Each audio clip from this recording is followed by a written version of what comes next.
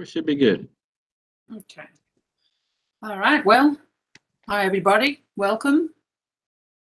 And we've got a busy agenda today. And I guess, we've resequenced the agenda, Doug, so we can put you up front in the spotlight. And we only have one tiny item that we want to just take a second to observe. And so with great pleasure, I'll ask Mike to just say a word or two about the two new airport authority. One's a new appointment and one is a reappointment. And then we'll move to you, Doug. So I'm very happy, but I'll turn it over to Mike to say a few happy words as well. Well, thank you very much. Now, I know Keith hasn't met Doug. Grant, have you met Doug? Okay. Yeah. All right. So Doug Blissett, when I started here probably 3 years ago, we just had, I think, approved or approved their. Go ahead. Go ahead. Can we just do the two airport authority appointments first, then we go to Doug? Yeah. Okay. I just thought you might want to say a word, about David and then also about Craig. Yeah. Well, that's what I was going to do. I was just filling in on the history of Doug. Okay. And how he came about. Okay. All right. So, because I want them to have the history before we move on. Yeah. So okay. Doug came to us about 3 years ago when I got here. And so he had a lot to do with the very beginning of our new air service development side before we, tried to do essential air service. But then we decided, to go with the SCASDEP. So Doug and his group, Meet and Hunt, had prepared the SCASDEP application for us, got American Airlines to do the support letter and all of that. So from the very beginning when I got here, Doug has been very instrumental in our air service development. And then, of course, Meet and Hunt has also, the air service development conferences, and Doug's very instrumental in that. So Keith and Grant are brand new to us. Doug, they're doing a wonderful job for us. So, Great. Oh, hey, Josh. I thought I saw your name up there. Well, Keith, Grant, nice to meet you both virtually. I can't wait to actually get over in person and shake your hand one of these days. Same here. Good to see you, Doug. All right. Well, the two new appointments. I see what you're saying. Oh, okay. I see what you're saying. We have two. Oh, those. Okay. Yeah. See, Mike and I see what you're saying. Okay. Gotcha. I see. Angela just pointed it out to me. Yeah. I'm hooked up on Keith and Grant right now. So am I. We won't forget you two guys. Yeah, as far as the new ones, we got David that came back, and then Craig Westwood, who I've talked to for about an hour, I guess, and so did Diane, and they're wonderful. Of course, David's great. We're really lucky to have David on there. But as far as Craig, he's also a pilot on the airport, and gosh, I think he's going to do a wonderful job for us. I really do.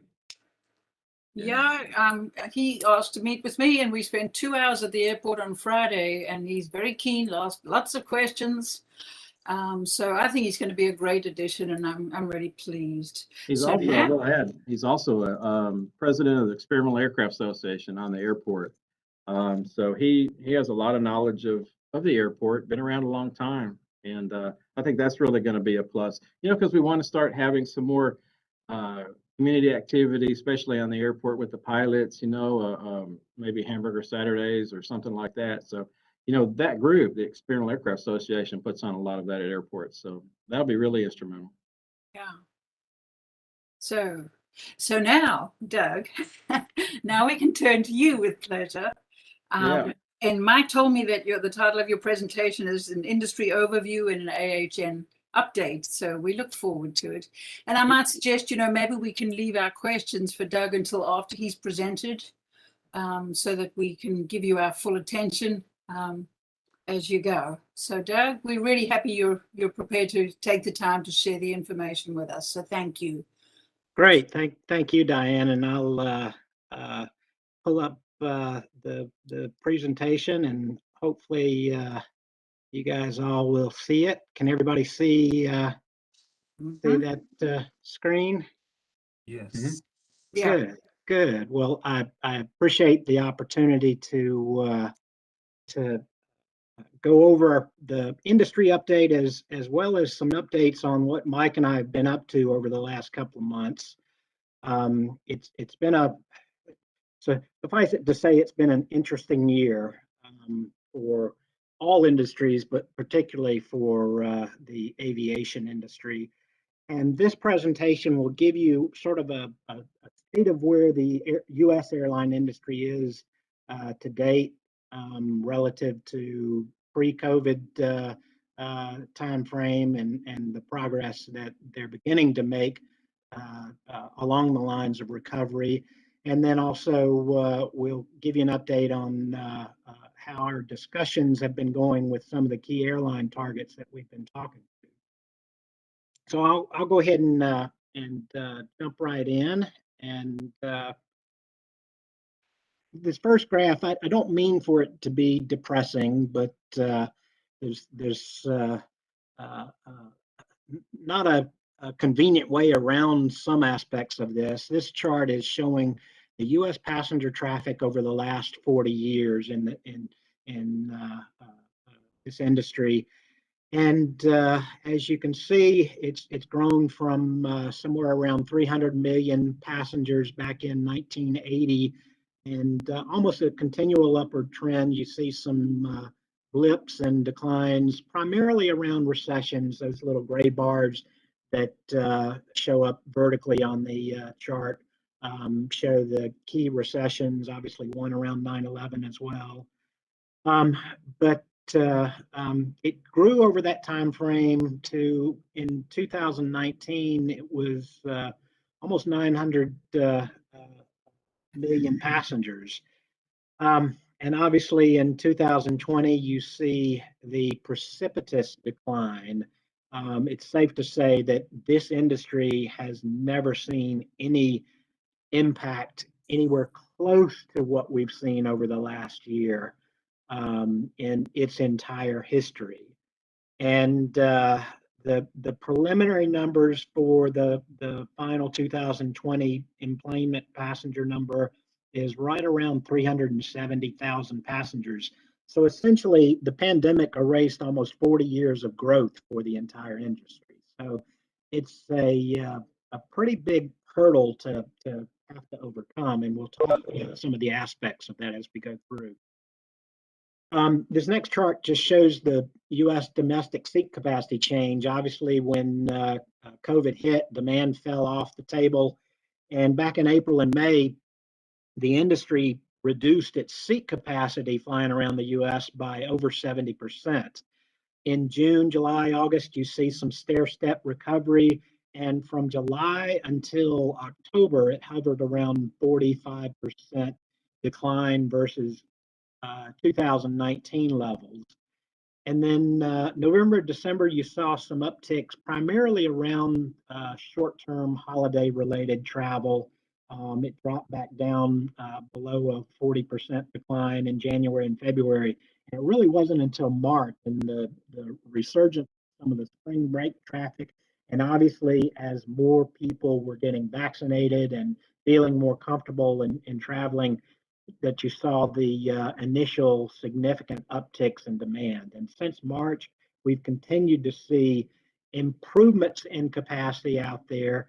The June numbers are about 14% below the 2019 levels. And so from a capacity standpoint, you're seeing the recovery well underway. Now, capacity is only one key element, and we'll talk about what overall demand has done. I went ahead and stuck in a chart to show how the individual U.S. to worldwide regions did in terms of capacity. And this just looks at the second half of 2020 compared to the second half of 2019 to get the full impact of the pandemic. And you'll see the domestic market, the U.S. domestic market, as well as U.S. to Caribbean and Mexico, fared the best of any of the regions out there at 42 and 44% declines versus 2019 levels. Central and South America at 73% decline. Europe and Asia were almost 80% declines, and Canada at 92% decline, primarily driven by the border closures that our Canadian friends to the north have implemented out there. So it's hit pretty much every U.S. To worldwide region out there. I look at it here by individual airline, and Hawaiian, with the big lockdown in Hawaii for so many of the months, had the biggest overall capacity cut in 2020, down 54%. You see United and JetBlue at just under 50% declines, Delta at 43, American 41. And then you get into the lower cost carriers, Spirit, Sun Country, and Frontier in the 30% range. And then the outlier here, obviously, is Allegiant, who was the one of the ultra low cost carriers, but also the one that had the absolute best balance sheet and the best overall financials. And so you see their significantly lower reductions. Now, granted, prior to the pandemic, they were growing on a course that was essentially 15 to 20% a year. So all of that growth took an immediate halt, and they're still down from where they were in 2019, but they fared far better than most of the airlines out there. The seat capacity reductions are one thing, overall demand is another, and demand fell further than capacity declines. This chart looks at the calendar year 2020 system load factors that each of the airlines reported in their earnings reports. And the top chart is showing the absolute load factors for 2020. The bottom chart is showing how much those load factors fell from 2019 load factors. So you can see Southwest and Delta and Alaska had the lowest load factors of the major U.S. carriers at 52 to 55%. The strongest performers were the ultra low cost carriers, Frontier and Spirit, both around 70%. American is the best performing network carrier at 64% load factor for the year.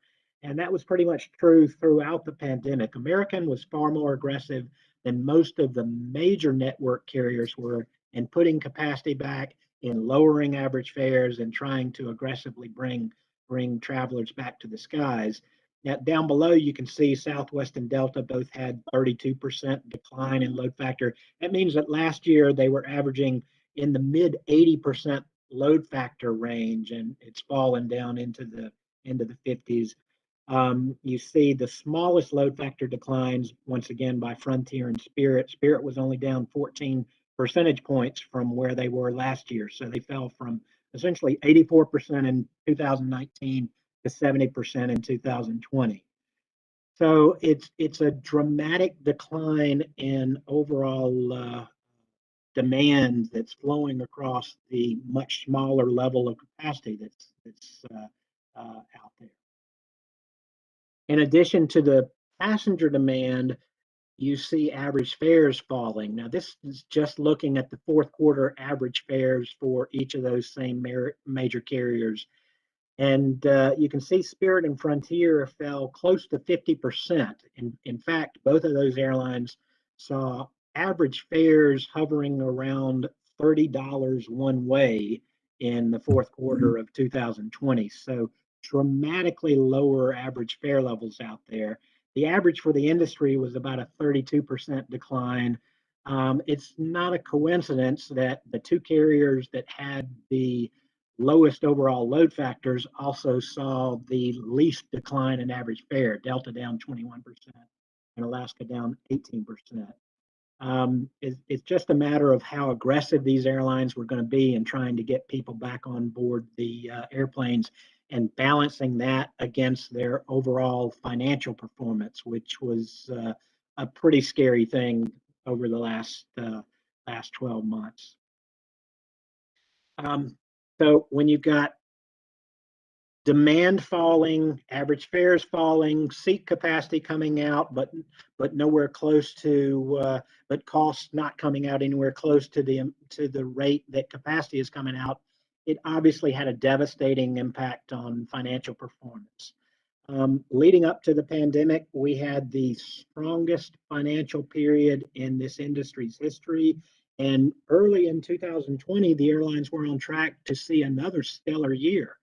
In fact, in February, several of the major airlines were projecting to Wall Street that they expected 2020 to exceed 2019's profit levels. Well, that dropped in a hurry, and we went from over $115 billion in net profits in the 10 years prior to COVID to dropping to a $35 billion loss in 2020.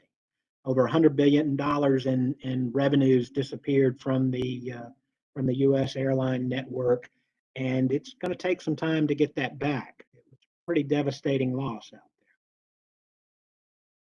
This looks at the pre-tax margins by individual airline and gives you a feel for which airlines suffered the most during the last year. And once again, you see Allegiant topping the list. It was a negative 20% pre-tax margin. These are adjusted, so I've taken out the impact of the additional aid that the U.S. government gave the airlines, any unusual write-downs that went on during the course of the year. So Allegiant had a negative 20% margin, and that was the best of the bunch. The average was around a negative 60% margin for the U.S. industry, and you see Delta, Southwest, United all hovering around that level. Hawaiian had the absolute worst performance at essentially losing $1 for every, or losing 90 cents for every dollar of revenue that they took in. And then the biggest network carrier that had the most damage was American at a negative 70% overall margin.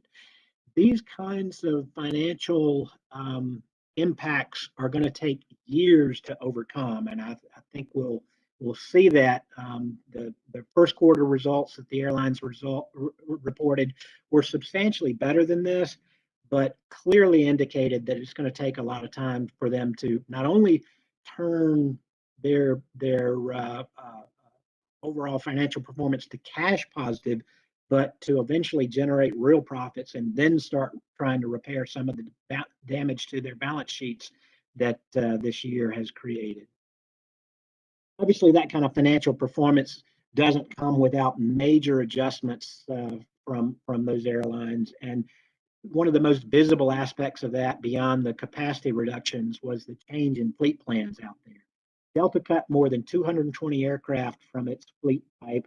American removed 150. United stopped flying over 100 aircraft. That essentially amounted to over 10% of those three network airlines' fleet that was operating prior to the pandemic.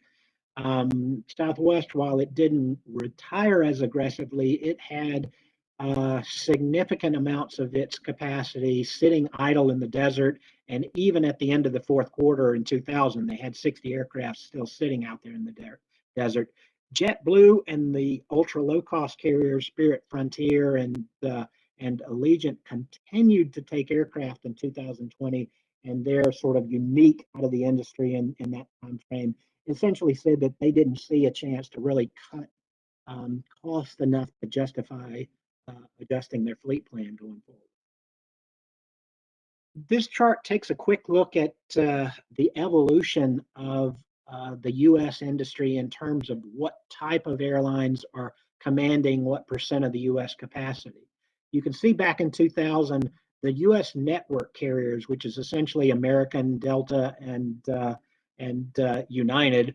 Granted, they all had merger partners during that time frame, but they controlled over 73% of the total U.S. Traffic out there. Southwest, as the sort of original low-cost carrier, had about 15%. The others, like JetBlue and Alaska and Hawaiian, had about 10%. And then the ultra low-cost carriers were only getting started. They had a little less than 2% of the total capacity. Well, fast forward to the 12 months ended third quarter 2020, And you see the network carriers, the big three, have dropped from 73% down to just over 50% of the US demand. And the ultra low cost carriers have grown from 2% of demand out there to over 14%. And that pace will continue going forward. This chart took a look at how the airlines were recovering capacity during the mid to latter stages of the pandemic. This is essentially looking at the fall of 2020 and what airlines were doing. Pre-COVID, I took a look at, for the network carriers, the Uniteds, Deltas, and Americans of the world, Southwest as well, what percent of their capacity was dedicated to their primary hubs out there. And you can see various levels between 82% for Delta up to 95% for United prior to the pandemic, 62% for Southwest because it's got less of a hub and spoke type operation. But you can see every one of them during the middle of the pandemic dramatically or significantly increased their concentration of capacity going to the hub. There was initially some reduction in point-to-point flying because it was harder to sustain capacity in those type markets. But current, which is looking at sort of the April timeframe of capacity, you see that coming back down. So it's not really a revolutionary change in how the network carriers were flying their capacity, but they did have a lot more point-to-point flying in that process. The bottom chart is a little more interesting, and here I took the percent of airlines seats that were dedicated to Florida, Mexico, the Caribbean, and the key mountain states. In other words, the leisure markets that are out there. And you probably read plenty of articles that said it's the leisure demand that has been coming back the fastest during the recovery process. And so the airlines adapted to that as well. You can see American, Delta, and Southwest all had about 30% of their capacity prior to the pandemic dedicated to those types of destination flying. All three of those jacked that number up to almost 40%. You see United went from 33% to 47%. JetBlue went from 66% of their capacity to leisure-oriented flying to over 80%. The ultra low-cost carriers, once again, Spirit, Frontier, and Allegiant, you can see a slight movement, but the only reason you don't see a more significant movement there is because their entire business model was focused on those types of markets prior to the pandemic. You've also read about the two new entrants that are just starting up, Breeze and Avalo. Avalo has announced their initial network a few weeks ago, and Breeze just last week. And once again, both of those are primarily focused on sort of underserved secondary cities. There's a leisure-oriented focus to what they're initially doing.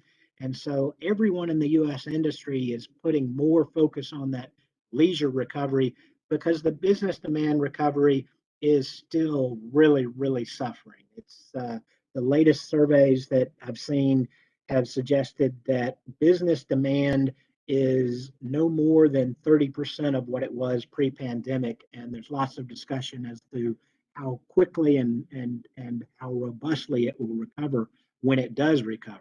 So still difficult times ahead.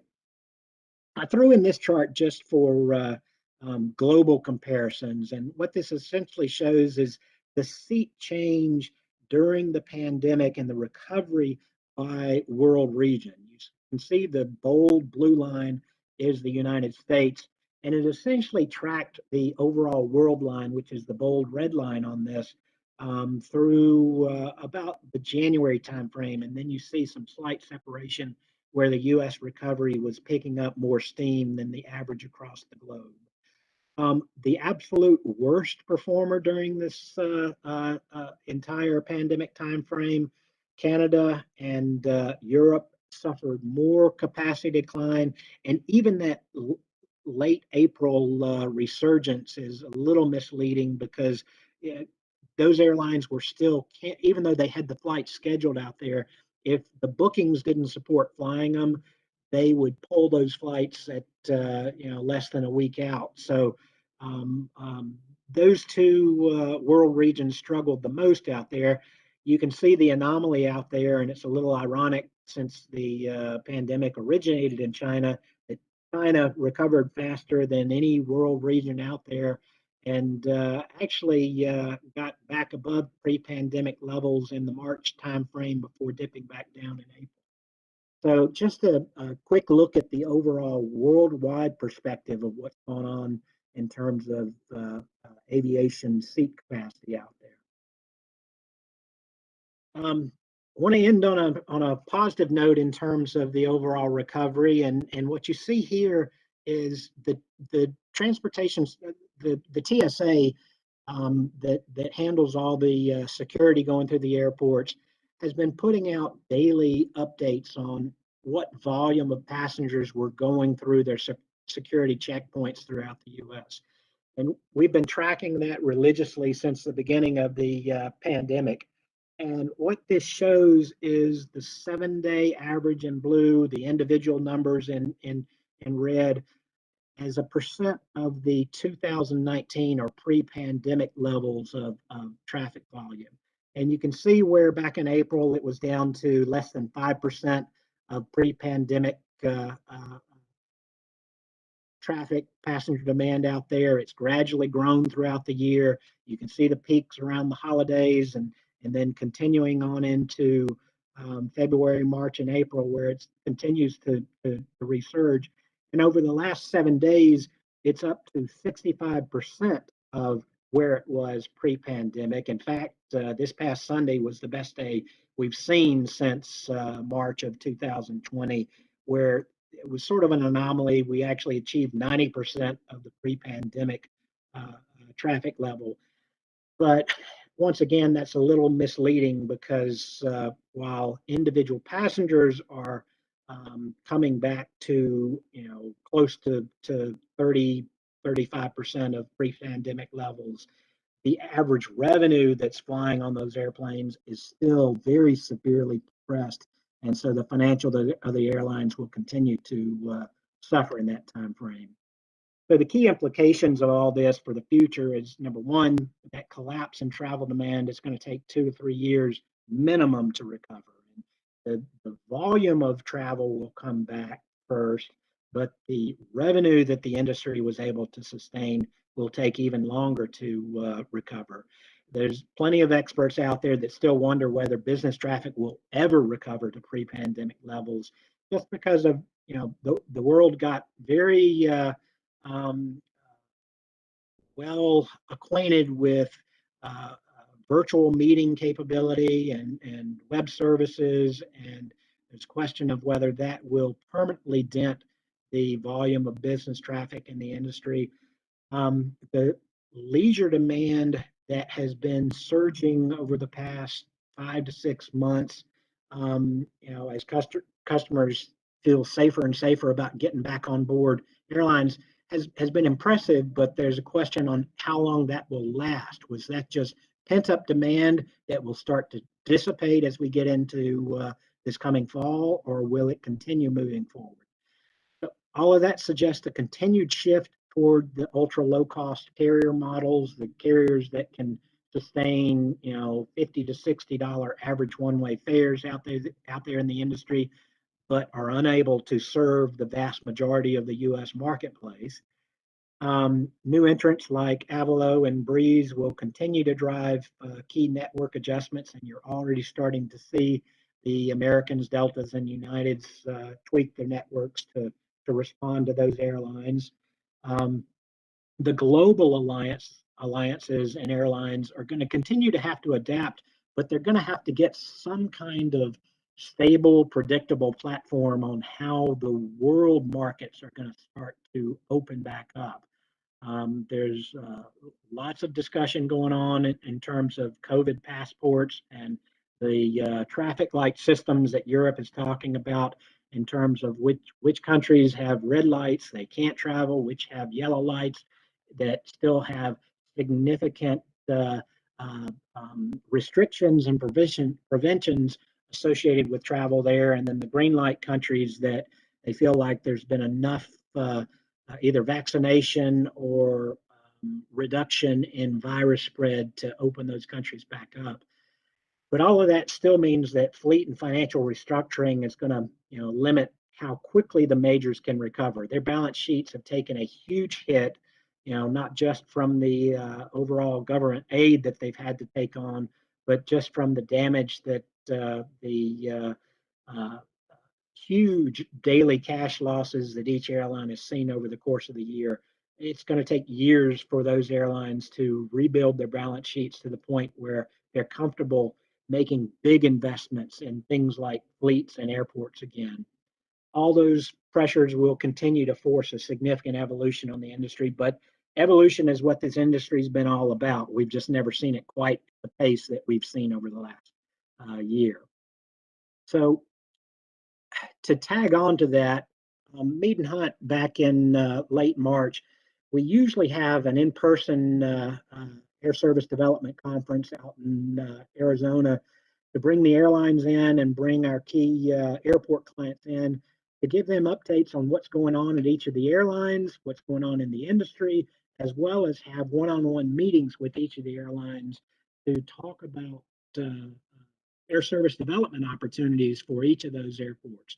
Well, we had a lot of discussion this year about whether to do this in person or not, but at the end of the day, there were too many of our clients and airlines that were not quite comfortable with in person yet, and so we went the virtual route and had that at the end of March. Mike was a participant in that, and we got great updates from each of the airlines. But as a part of that, the week after the all the presentations from the airline, we had one-on-one meetings with the specific airlines that each of our airports wanted to meet with. And in this case, Mike, we chose American, United, Allegiant, and SkyWest, and I'll talk about the reasons for each of those in a little bit. This year, because everybody had been on lockdown and essentially no face-to-face and few virtual meetings, we had better attendance by the airlines than we've ever had for this conference. 11 airlines joined us, and each one gave a update on the evolution of their recovery and what's important and what's going on at each of their airlines.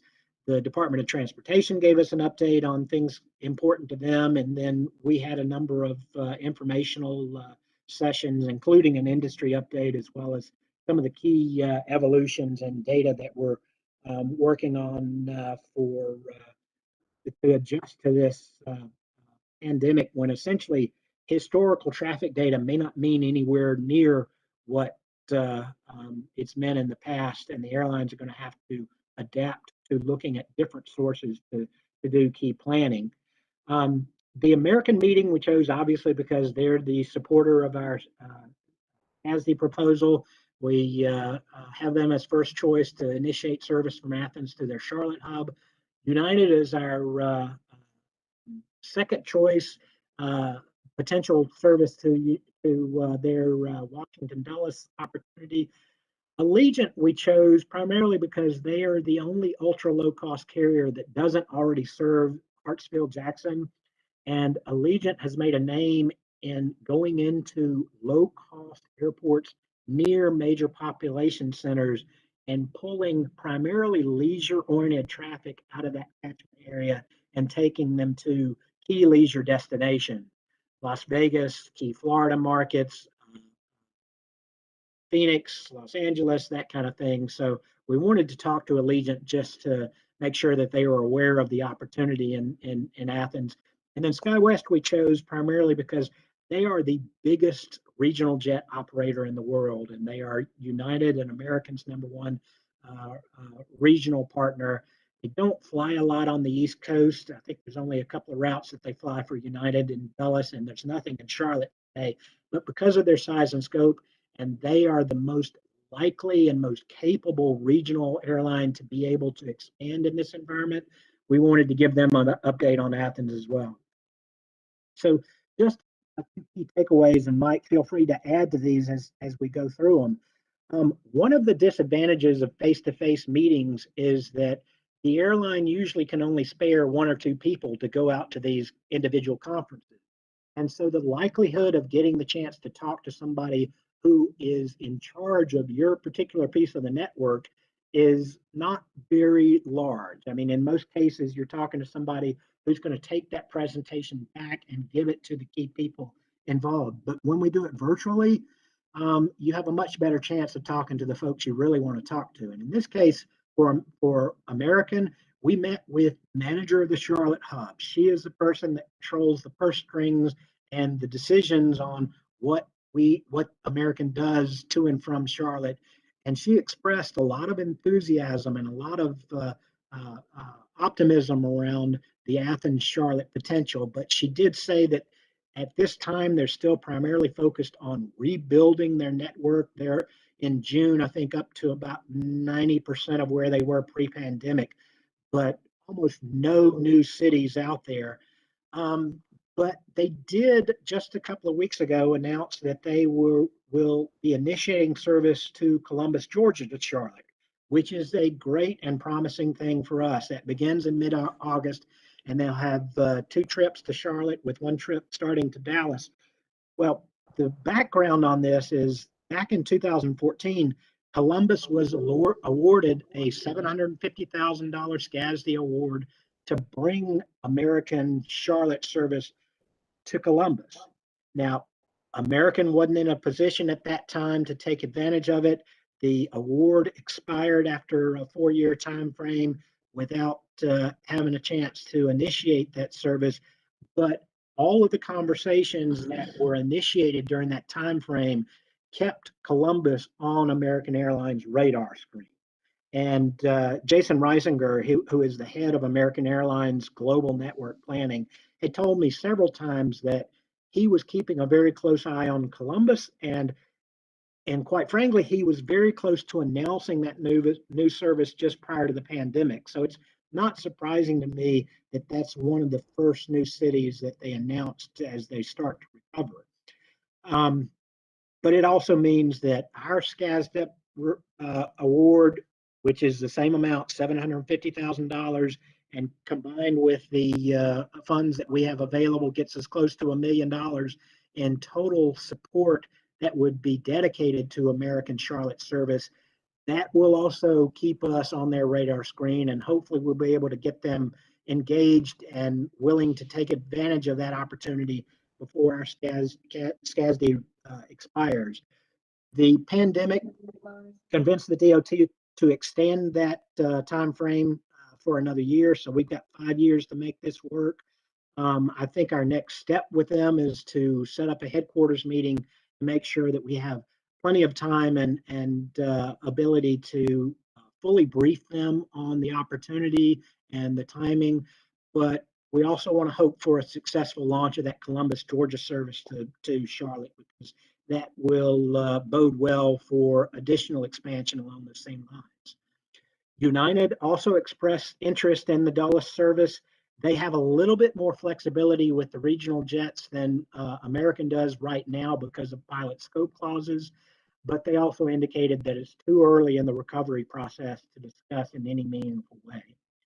Allegiant was very interested in Athens. The gentleman that we talked to, their airport affairs person, said that's the kind of market that really appeals to their business model.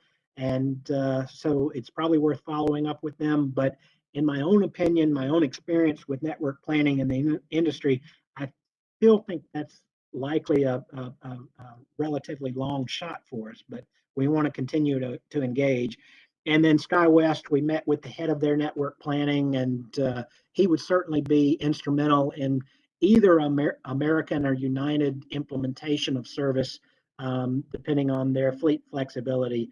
But we felt pretty good coming out of all 4 of those meetings. Mike, anything you can add about that?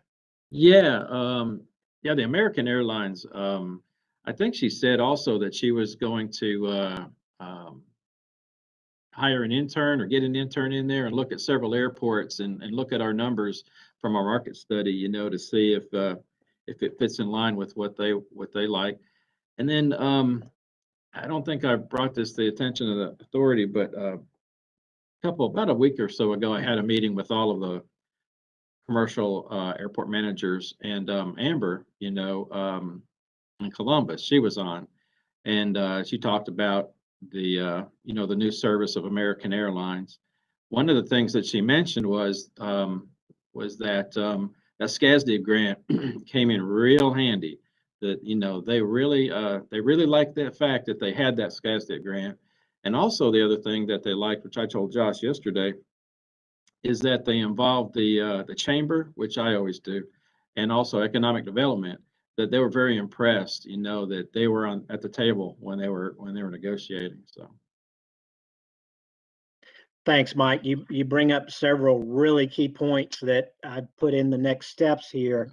You know, I think we continue to plan to engage with American and United at a minimum to keep us on their planning horizon and to make sure they know of the both timing and financial opportunities associated with our grants. But continuing to engage the community on the recruitment effort is really, really critical.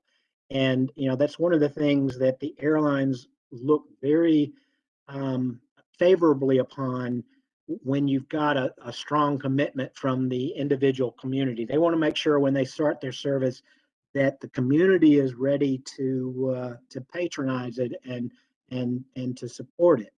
So continuing to have discussions with both American and United, as well as the normal other discussions that we've had with some of the smaller carriers. Ultimate Air, Mike's already engaged with a couple of different times, Contour or others out there.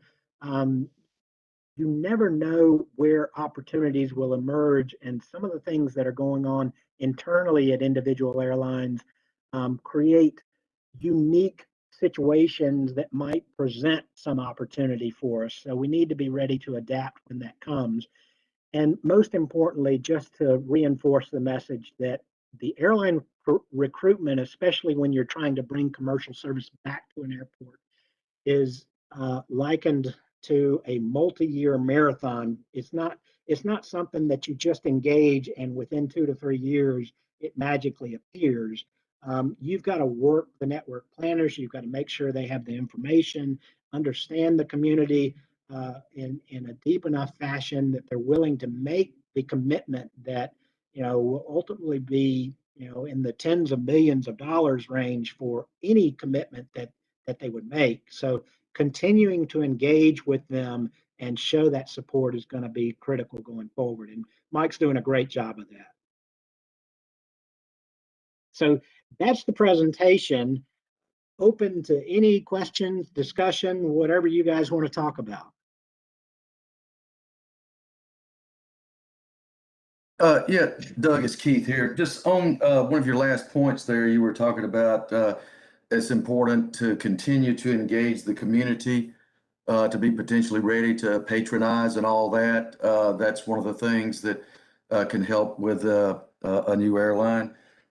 Have you seen any particular community? What did they do that really helped with that? Do you have any advice for us on the authority? How that's been done before that really helped with it? Yeah, absolutely. The key things are continuing to meet with the airlines every opportunity that you get, and conferences like ours at the end of March are really important because it shows that continuing engagement, routine communication at least once a quarter and hopefully more often than that, just to stay on their radar screen, to continue and stay engaged in any updates that are going on, whether it's with their fleet plan, their network plan, their consideration of new markets, setting up. What we like to do is actually have headquarters meetings and go out to Dallas to meet with American on their home front and you usually get better engagement. You'll get the hub manager as well as some of the key planning staff to engage in those meetings, and you can really have more fruitful discussions. These conferences, you're usually limited to 20 or no more than 30 minutes of conversation, and there's a limit to how much you can cover in that. Whereas when you go out to their headquarters, then they'll usually give you an hour and sometimes more than that to go through whatever you want to. And it just helps strengthen the overall engagement and the discussion level, the depth of detail that you can get into, and gives you an opportunity to hear more about what their plans are and what their processes are and how you can best position yourself for that. So the continued engagement, whether it's email updates once every couple of months, you don't want to overwhelm them, but you want to make sure that it's frequent enough to stay on their radar. That'd be the first thing. The headquarters meetings, if we can convince them, and some of the airlines still prefer virtual just because it's easier for them to coordinate, but virtual or preferably in person, and then continuing to attend conferences where you see these people. Mike and myself can get in front of them and talk the Athens story again and again with them to help impress them on what we think the real opportunity is, and to have continued conversation. But in each of those discussions, it's imperative that we continue to show that the Athens community is behind you. We have significant, in this case, associated with the SCASDIC, we've got significant financial resources of our own that will couple with the DOT's award to help mitigate any initial risks that the airline may have. Any commitments from key businesses or institutions in the area. You just want to continue to impress upon them that Athens is ready to support your service when it comes to town. And if I could add to that too, you know, one of the things that we have done, but haven't sent out any emails lately because there hasn't really been anything on the front, is the ASD committee, and that's made up of several key leaders in the community, Keith.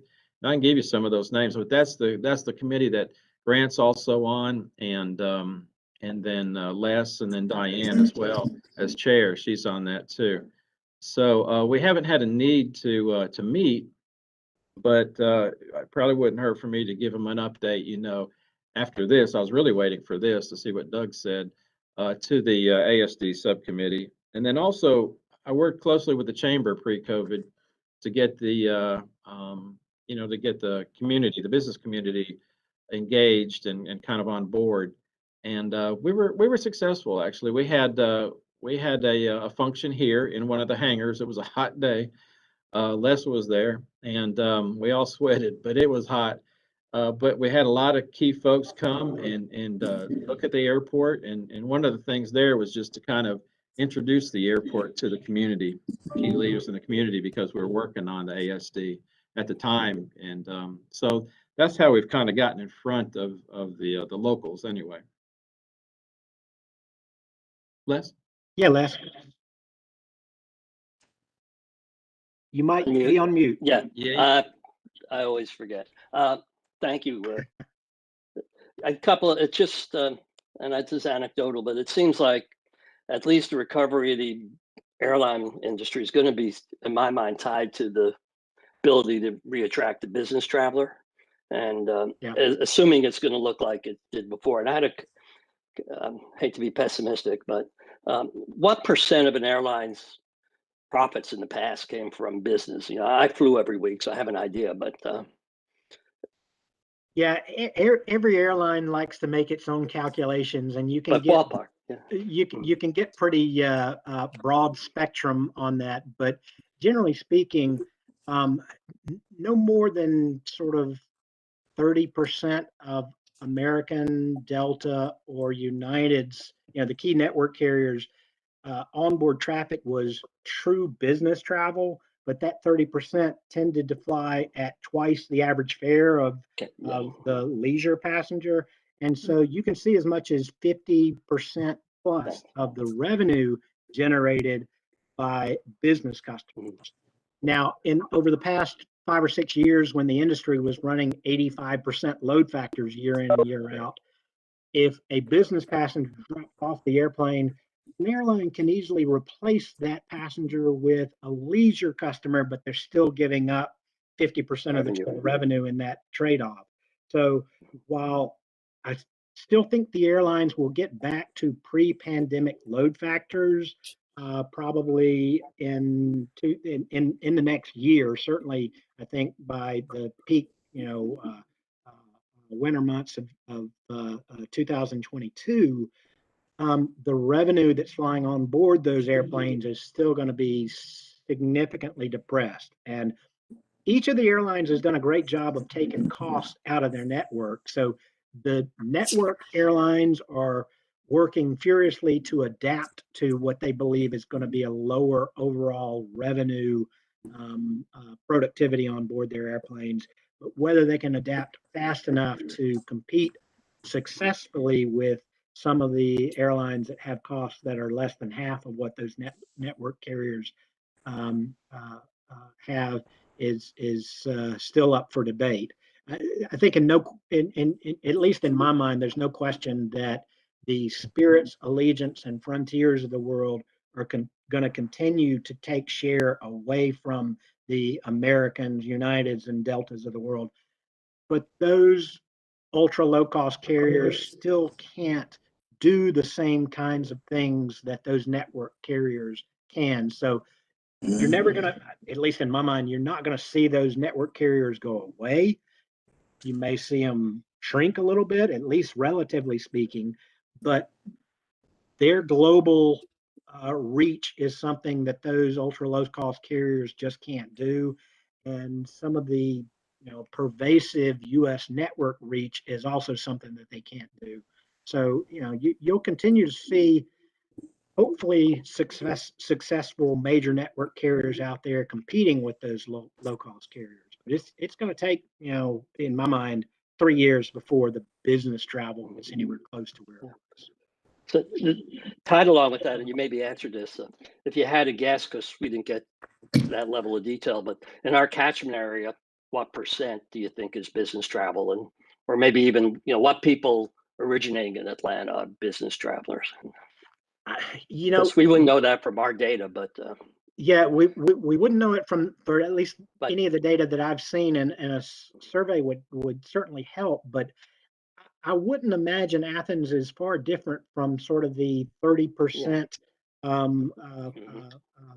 overall concentration of business travel that we see in so many markets that have a relatively good balance between business and leisure. The university may skew things a little bit toward leisure because of the volume of the student body and if they flew, but quite frankly, the university also has an awful lot of business and either governmental or institutional travel associated with it too. So I would think that 30% range is probably pretty good for Athens. Yeah, I've just been reading a lot. And I don't mean to cut off anyone else on the authority, but I started thinking of the different pieces of business travel, and I've heard a few chairmen of different boards. And when I look at like intra-company, and we all work. If you work for a big company, you went from the Atlanta office to Chicago, either to see someone or for training. And it just seems to me that anytime you're going to ask to do this now, the CFO is going to say, do you have to do it? And why can't you use Zoom? And I heard an interesting thing on a Washington Post virtual conference with the chairman of KPMG. And I hadn't heard this before, but they're going to cut back on all the intra-office, maybe the 50%, but they're going to use that as a carbon offset to say they've become sustainable, which could be an interesting trend. And yeah. It certainly is. It's interesting. Oh yeah, go ahead, Grant. I was going to say the only thing that I was going to say is pre-pandemic in Athens, if hotels are a good indication of airline, sure, we were running 60-40 travel to business, or I'm sorry, business to travel, and business, of course, related to the university for sports activities, academics, and then also those groups of kids that would come for technology conferences, for LAs, all that. Now, I will say post-COVID, because I think we're moving out of it, we're running 99% leisure, 2% business, and really don't anticipate seeing that change for a long time. University, obviously, the athletic stuff, but we're really not seeing much coming back are the school groups for the technology and all those types of things that benefit the Classic Center, et cetera. Now, not a lot of those groups obviously used air travel to get here, but I think there are lots of things that touch it. And the Georgia Travel Bureau or Industry and Travel has told us they believe, kind of to support what we've been saying, is at least 18 months before we see a component of the business travel come back because of Zoom and things of that nature. So just that's how we're looking at it from the hotel industry. Yeah, we've got a couple of airports that are pretty aggressive with traveler surveys conducted in airport, and it's been interesting what we've seen from both of those so far is that it's the small businesses, the single proprietor or smaller local businesses that are starting to come back faster. And one of those two airports actually saw that business travel creeping back up to, I think it was about 40% of pre-pandemic levels, which was higher than any other survey that I've seen out there. But they were still largely dependent upon those small businesses getting back on board the airplanes. Now, I've continued to hear over the last month updates from some of the major corporations out there that they are starting to revamp and revitalize their travel policies and open back up for, it's usually, essential business first, and then that tends to loosen up as you go further and further through the year. But it still sounds like from, the consensus of the big corporations I've seen that it's going to be fall before you see any meaningful business travel from those larger corporations out there. Doug? Yeah. Something you said in your presentation prompts me to ask. It may be an off-the-wall question, but do you think there's any ingredient in it that, American is going to be looking at how they fare with their service from Columbus to Charlotte? Is there anything in our chances that's contingent upon that, or do you think it's totally separate? Diane, that's a great question. I do absolutely believe that they will look at Columbus and how it performs and make some inferences about other markets. Jason Reisinger, who is their head of global network planning, has said several times that he felt like, there's the ability to tap into a lot of traffic that is driving to Hartsfield, keep them in that local Columbus airport, and pull a much greater share onto Americans' flights than they could have otherwise gotten. And I know the Columbus performance is assuming that happens. Our business case has a similar parallel for keeping the Athens catchment traffic at the Athens airport as opposed to them driving to Hartsfield. So I don't think there's any doubt that they will look at Columbus's performance and make some assumptions about what that might mean for Athens. I don't think if Columbus didn't succeed, I don't think it completely takes us off the table, but it means that we've got a bigger challenge to overcome in that discussion. Thank you. Yeah. Yes, ma'am. Questions? Any other questions? Hi, David. I'll see you. That was really quite, phenomenal presentation. Thank you, Doug. I'm really glad you also put in the global perspective, I wonder about Delta, because they seem to be so aggressively holding on to their global routes, their international routes, That part was interesting, Diane. They flew, they still had several flights a day to Amsterdam and Paris, which are their European hubs with their partners. And they kept some Western US to both Japan and Korea.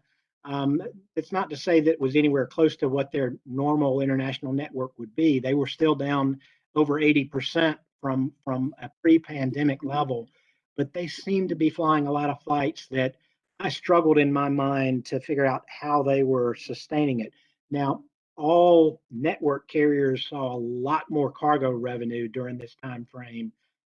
The shipments that were going in passenger airline bellies was up substantially for everyone during that time frame. But it's still in my mind there wasn't enough revenue to really justify it.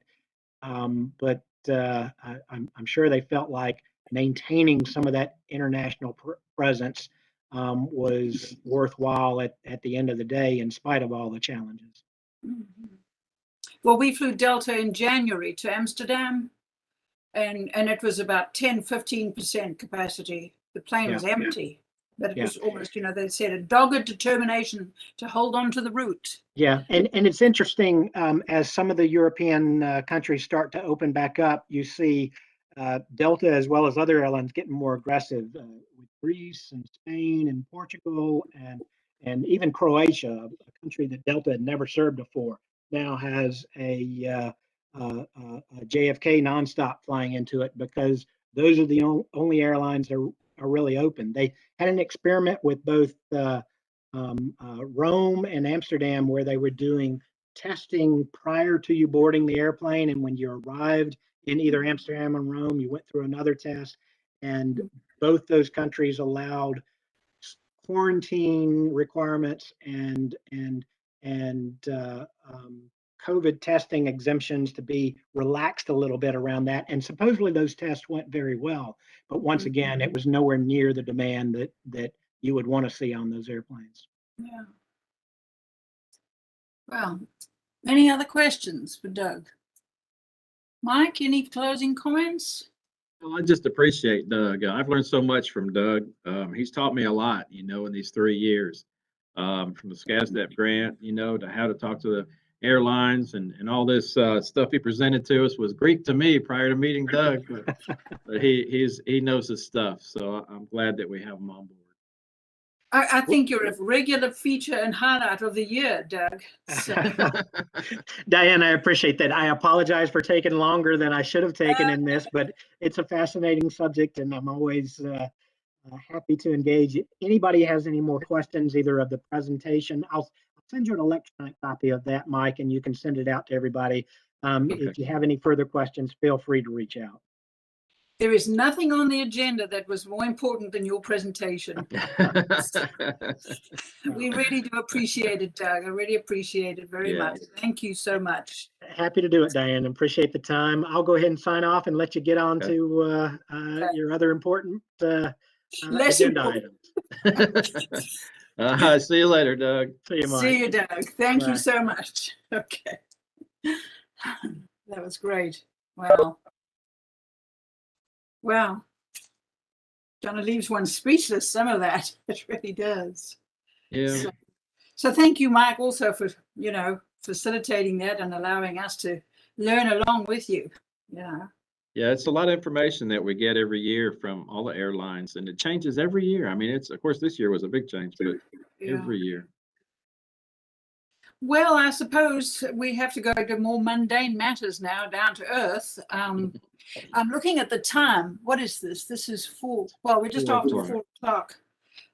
We can just keep going through the agenda, or if you think that, we're going to be pressed for time, we can always prioritize some and knock off some items that could be dealt with by email.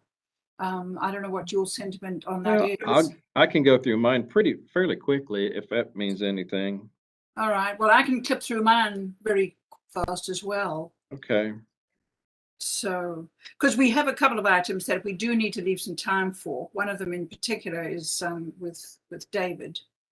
on a proposal. So, well, if you like, with your agreement, we can quickly go through the issue of the minutes. I hope that you were able to look at the minutes. And as I did before, I've reviewed them. I see 2 or 3 little items that I just need to ask Angela to clarify or fix. If there's anything else, we can, we can deal with that really quickly.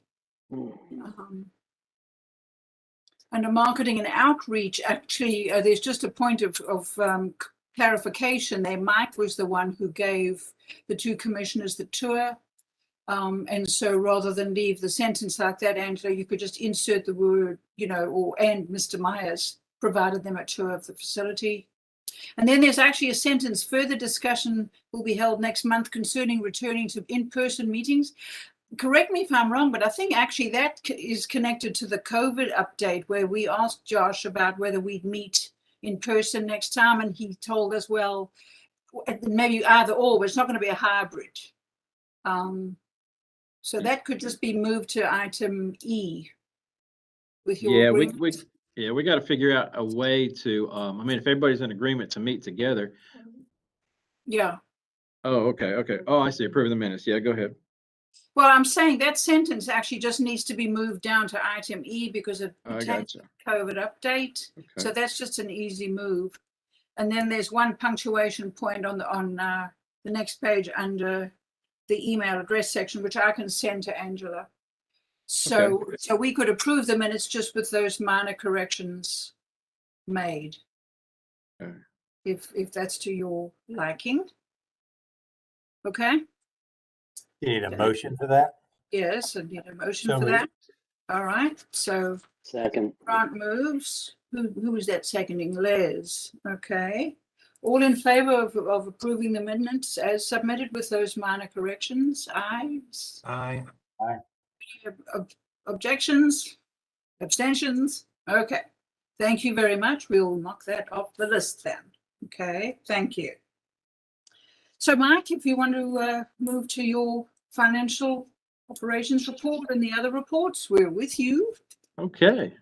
Thank you. Just to add, when Doug was speaking, I had a glitch on my computer. It said for me to shut down the computer. Luckily, it went away. I don't know what happened, but I had to regain a lot of the, these things here, the attachments. So I did. So hopefully I can get the other ones on too. But anyway, okay. So we got the financials back on. So this is for April. As we can see, the sales here looking good. Leases were good, and actual revenue 260,000 round up. So we're still looking good for that month compared to our expenses, which we had. Let me go up so you can kind of get that in there where you have the sales and then the cost of goods on both the avgas and the jet. You can compare. So we made some good money in April. Get down here and you can see 42,225. Nothing really out of the ordinary. Yeah, we didn't do anything kind of crazy in April. Pretty much in line. I'm anxious to get to, we have our new budget fiscal year coming in July 1st. I'm anxious to get kind of back to the point where, we can be back in line with our monthly projections. But post-COVID rather, because pre-COVID was, COVID would just messed us all up for this year. But so we're still looking good for the year to date, 377,000. Looking on down, we had a good month for as far as avgas and jet are concerned. You can see our gallons for April on avgas 11,000. Last time we did that was October, and then jet A as well 42,000. Last time we did that was October as well. So we had a good April. Operations even showed the same, up again, 4,100. And last time we did that wasn't in October. So I mean, I don't know what October was compared to April, but it just seems to fit. And we had a good month. I'm hoping I'm hoping May will be equally as good, but it did start off a little slow, picked up, and I'm told that if I remember correctly, the summertime is usually a slow time around here because all the kids are gone and there's not a lot of visitors coming in. But then football season picks it back up. So um, we have some good months, no doubt about it. Just to go to the charts here. Here's our operations chart, and you can see we're very close to the goal, to the year-to-date goal. Let's see here. We've got avgas. Let me go up here to the jet, and we're creeping up to the year-to-date budget on jet, and avgas, not so much. But I'm hoping next year, we do a little bit better than that. But this month, another good month. Any questions on that? Good. Right.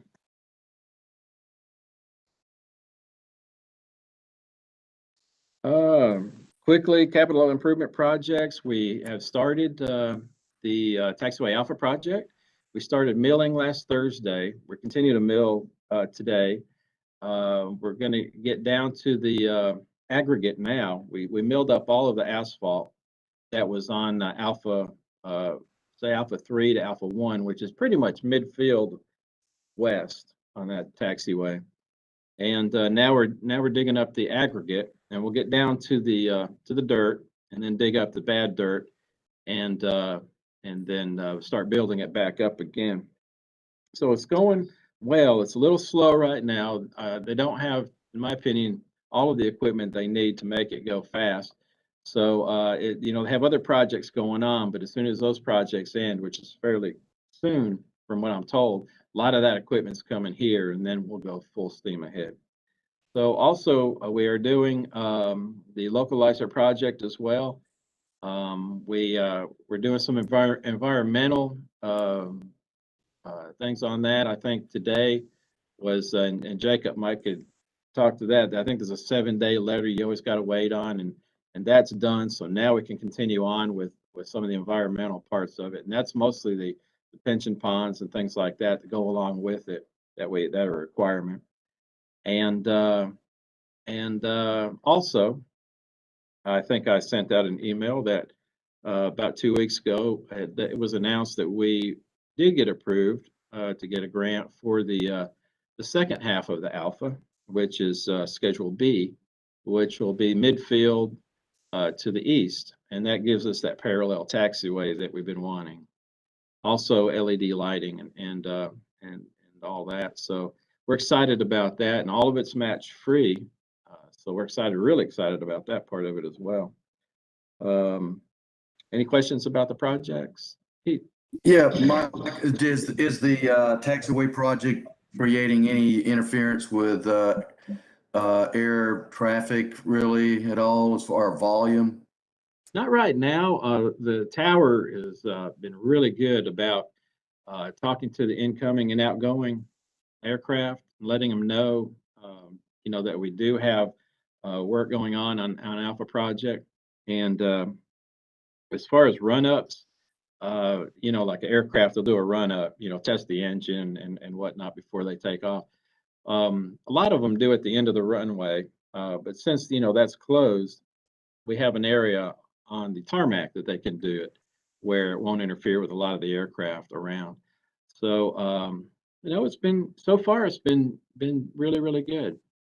Yeah, it's been working well. Any other questions on that? As far as marketing and outreach activities, Diane and I, for a long time, we've been wanting to go to see Greenville. When I was in Rome, well, I have 2 grandkids in Greenville, so I took them to this park at the airport, mostly to see to get something to eat at the restaurant. And then it was a big surprise when I saw that, And I really just kind of fell in love with it, and I wanted to do something like that in Rome. And then when I came here, I said, this would be great to do something here. And then David, he came back. You know, I talked about it with him, and he took his kids there. He's flown there several times, you know, to eat the restaurant and whatnot. And he loves it too. I mean, it's just a great park. Um, and so we went to see it finally. We had, after many times attempts, you know, to go on a trip with David flying us, we always got held up by weather or something, this or that. So Diane said, we got to go.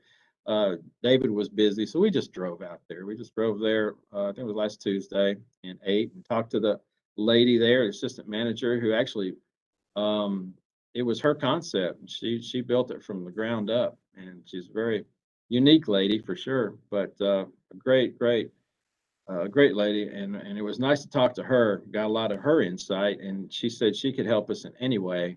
She has a lot of good connections that would help us in the future when we go down that road. So, do you want to add to that, Ian, to that visit? Well, I'll try and, you know, curtail my enthusiasm and not go too overboard. But I mean, it really is a model, I think, that, you know, we could follow.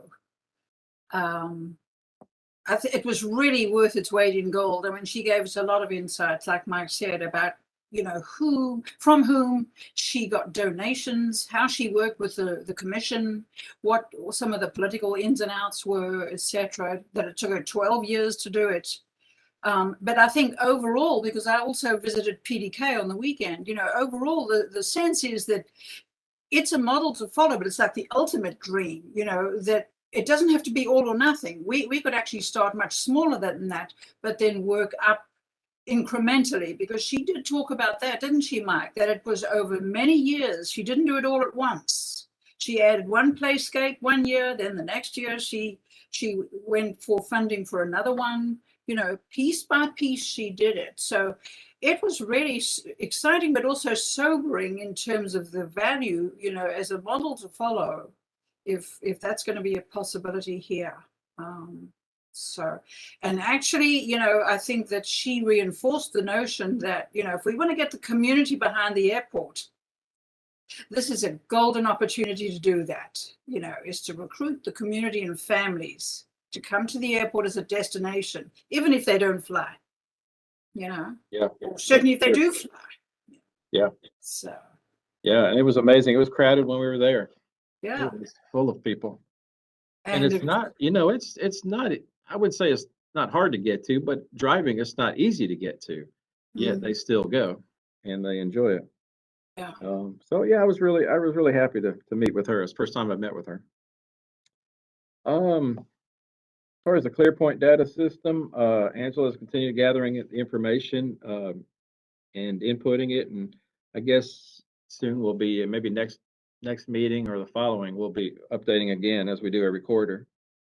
And then COVID-19 update. I think Josh had said in a meeting at one point in time that they were going to get together sometime early June, as far as Athens-Clarke County, and come up with an update, you know, on reopening things for the county, for Athens-Clarke County. So I'm anxious to hear what that would be all about. We've, you know, we still have our barrier up. A lot of people are complaining about it. You know, it's hard to hear, you know, if you're talking to the customer service rep through that barrier. And they're anxious for us to get it down. But right now, we continue to have it up till I hear something from Athens-Clarke County. And that's about it for my update. Okay, thank you, Mike. Okay. Any comments, questions before we move on? Okay. Well, under old business, I'll clip through these extra fast so we can move on. The Lexington Highway and the Atlanta Highway projects, I'll give you a very quick update on those. First, the mayor and commissioners have decided not to take any actions in July, which means that the review of the prioritized recommendations from these committees goes to Blaine, the manager, in July, and then to the mayor and commission in August, which means we have an extra month to do what they've told us We have to do. We have to actually try and make sense of all of the data that we got from the public input phase. And that's not really going to be that easy because a lot of it is sort of anecdotal and somewhat unclear. I was disappointed, frankly. I mean, on this side of town for the Lexington corridor, I know I, for one, sent out more than 5,000 to 5,000 households. And then that, you know, the community was blanketed with ads and reminders, signs, etc. There were 238 responses to the Lexington corridor projects. And there were 44 individuals who gave written comments. In comparison, on the Atlanta Highway, there were 642 online comments, and there were 203 actual written comments. So it's kind of frustrating, but you know, what can you do? I mean, it reflects a difference, they think, or the SPLOST staff like Derek, it reflects a difference in the aggressiveness of the neighborhood associations, you know, and the degree of sort of forthright, you know, involvement. But that's what it boiled down to. So we have written comments, and then we have actually online responses. Many of them are in the form of percentages on pie charts, which are not parallel to the written comments, which is a problem. But then, you know, to be positive about it, the airport data were interesting. Only 30 people commented on the airport entrance and on the monument sign. So only 30 out of 238. However, and Mike has these data as well, the interesting thing is that overwhelmingly, those 30 people who responded were positive about the importance of the airport entrance and of the monument sign. And it was way over a majority. It was 60, 70, 80%. Only actually 2 out of the 30 respondents said no, don't bother on either of them. So, you know, we have to, as the user group, we have to take all of these data and insights also from our own experience on reading reports and on other projects, and come up with recommendations on individual projects and then on the sets of projects. So the airport pair, the sidewalks, the multi-use trails, and the bus stop sets. And that's what we'll be doing in the rest of May, June, and into July. And then it goes to Blaine for review, and then it goes to the mayor and commission. And then they can actually accept the recommendations or, you know, modify them or come up with a new set altogether. So that's where we are. And, you know, it's a serious job that we're taking seriously, but, you know, we will at least be able to also include some of the benefit of other knowledge and experience, not just, you know, these comments, because some of the comments didn't really help. I'll keep you posted on how it goes. Any questions, concerns on that?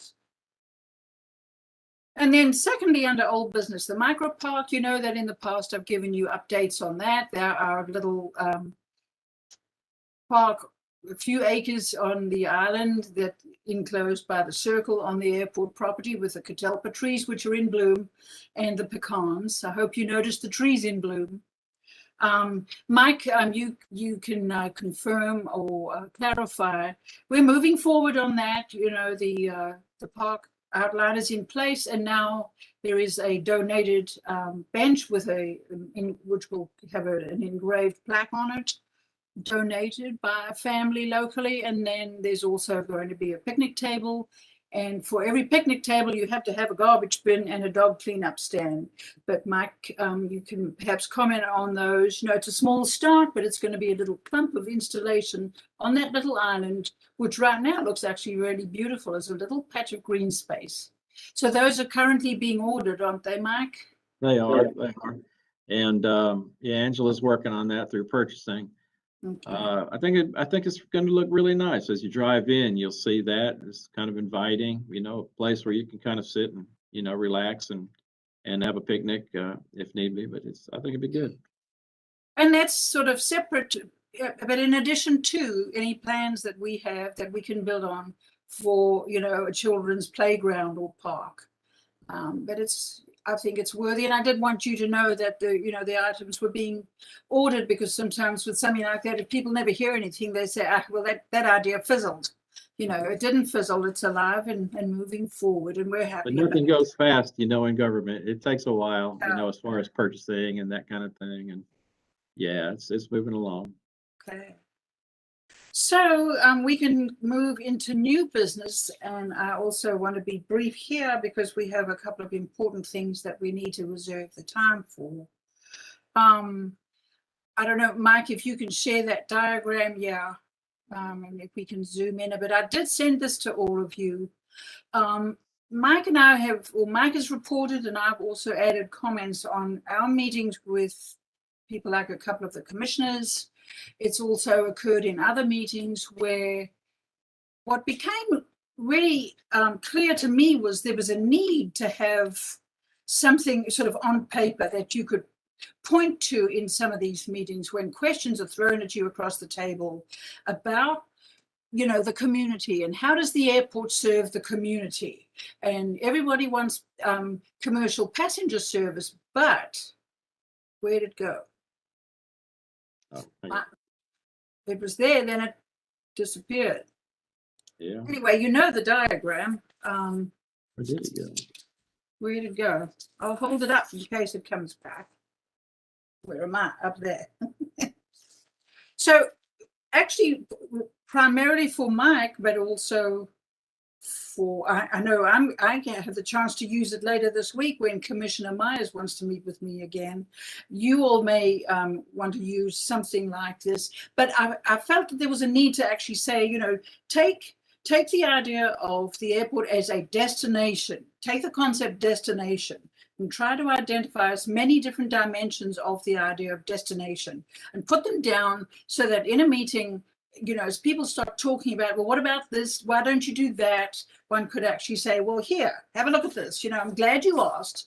Have a look at this as an example of right now, reasonably, a whole range of dimensions of destination that can be associated with the airport. Some of them are active, like the micro park we've just been talking about. Some of them are in the very beginning stage, like the playground, the park that Mike mentioned that we visited at Greenville.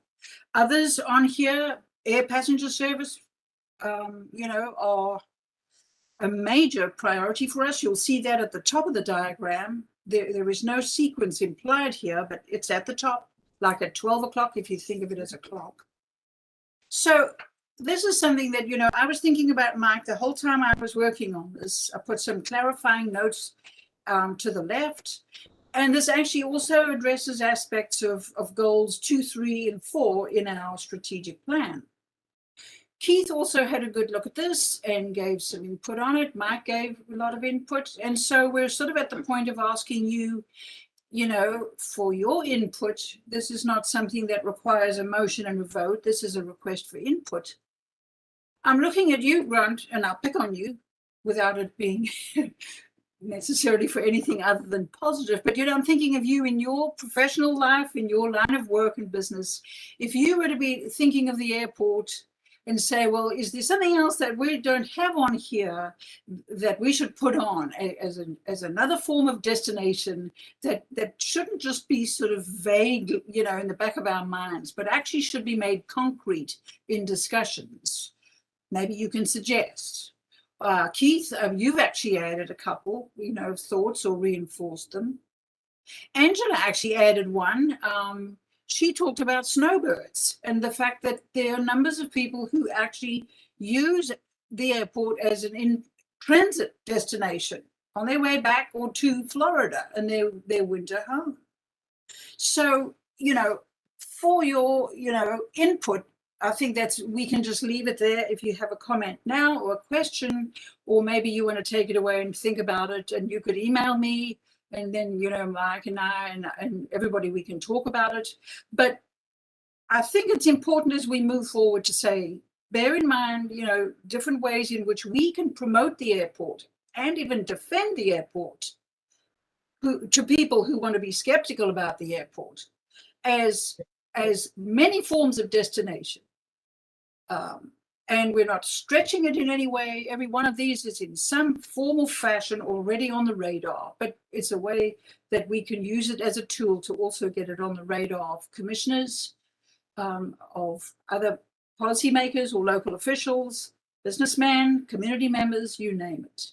So, Mike, I'm sure you might want to comment because you and Keith were the first two to see this crazy diagram.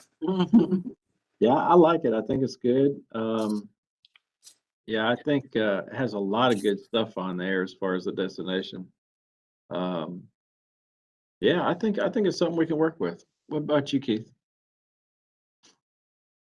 Yeah, I think it gives a framework for, and I know Grant's got something to add here, but just real quick, I think it gives a framework to translate some of these things into action items that we can do to help the airport. So it gives a way of thinking. But Grant? Yeah, Okay. I don't know where these would fit in, maybe under other, for lack of a better place to put them, but I do think National Guard, defense, using the airport for staging areas is one you might think about. And then the other is, for lack of a better way to say it, just kind of an easier entrance away from the Gwinnett Airport or the DeKalb airports.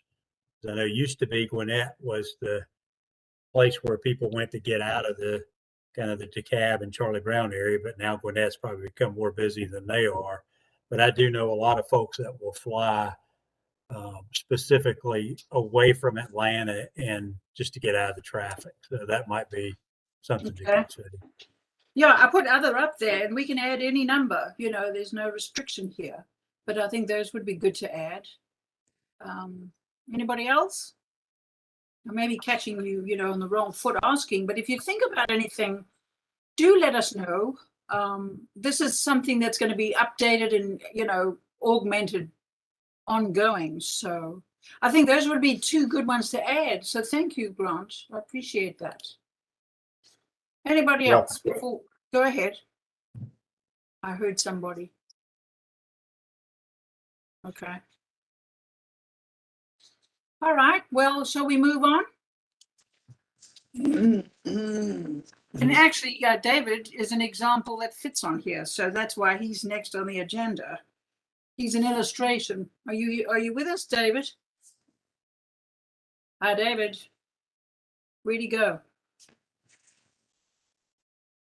Did we lose him? David? I'm here. Hit him from mute, but I'm sorry. Oh, all right.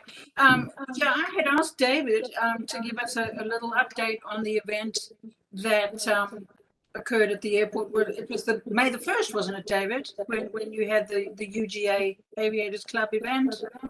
That's right. Saturday, May 1st, it got rescheduled from the week prior, which was quite fortuitous. A weather day. There were, I don't know, a good half dozen or so more planes right in front of that flight school hangar. Another probably half dozen or so along out of the ops team. Buddy of mine flies down. He's an Air Force pilot. He sent his naval base training for the Air Force training. He's with the Air Force training 55 in Pensacola, the base captain, and brought a student up in TC6 Texas. A lot of planes, a lot of people, good barbecue, the Asian Club, their friend, and came out, Les came out, give or take 100 or so people at any time were scattered around. It was just nice to see, well, in May of 2020, it's nice to see people just outside enjoying themselves, smiles on this. The event itself, from my understanding, was very successful. The club, the UGA Aviation Club, raised funds to put two of their members through a scholarship for private pilot's licenses. They rated that money with silent auction and donations and forth. So I think it was a good event. I spoke with the outgoing president. I spoke with the incoming for next year president about doing more regular, smaller events. And I had talked about doing like hamburger, hot dog type grill out events where, it's nothing formal. It's no set, time necessary. And it's just, Saturday or Sunday, and people come in and fly in, get hamburgers, dogs, have them and some staff the and raise money that way. I think it was a good first go at a big event at the airport, and gives light to the idea that that's something that would be successful in the future.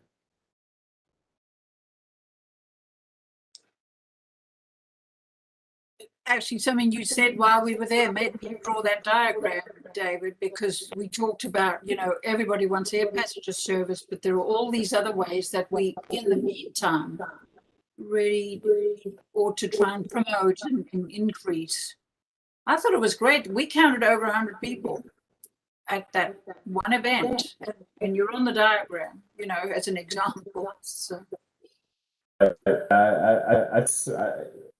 I think raising, people's awareness the airport exists, the students' livelihood of our community, getting them out to the airport and inviting them out, made to that scale, but something take place right in the op center.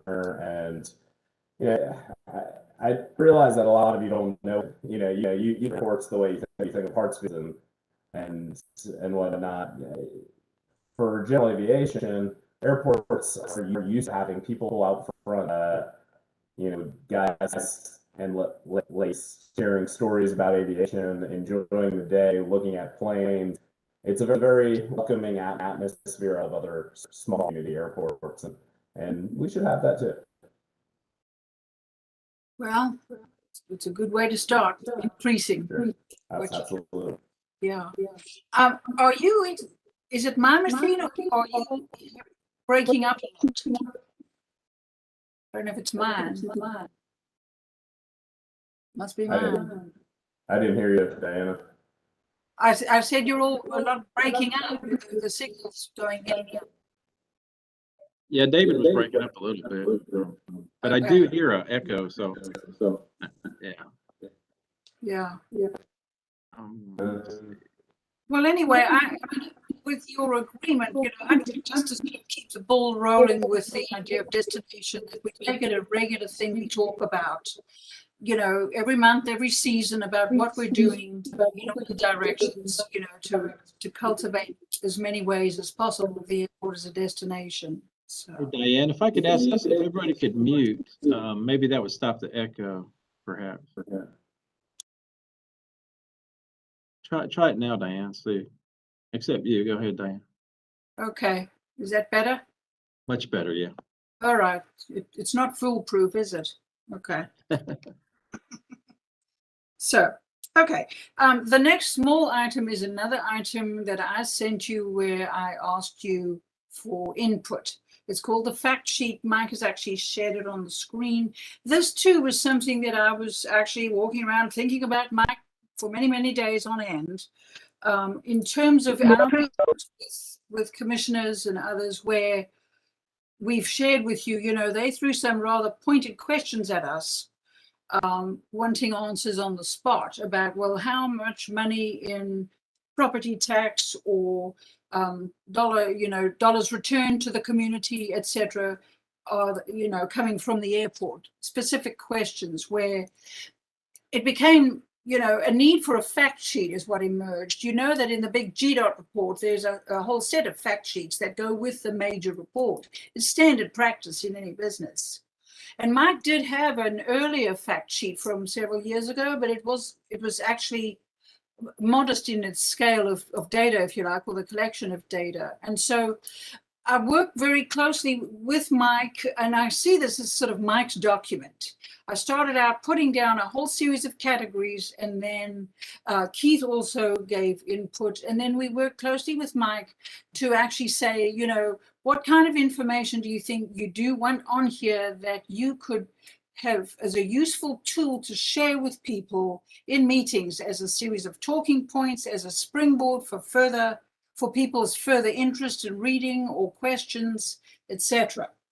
And so it's gone through 5 drafts actually, and Mike has actually given us, excuse me, all of the basic information see on it, and he's also checked it for accuracy. You'll see on this version that there is a purpose statement at the top, which would come out obviously in the final print copy, but I put it up there so you can see the rationale is really what I've just tried to paraphrase. But again, like we did with the previous diagram, I really would like to ask you, you know, to look at it and say that from your perspective or from the perspective of somebody else in the community in another line of operational work, what other information should go on it? You don't want to be too encyclopedic because, you know, we're trying to keep it to 2 pages, a single sheet of paper, 2-sided, dense with information, accurate, up to date, that can be updated. If you go beyond that, you're getting into too many pages. It can't be duplicated very easily.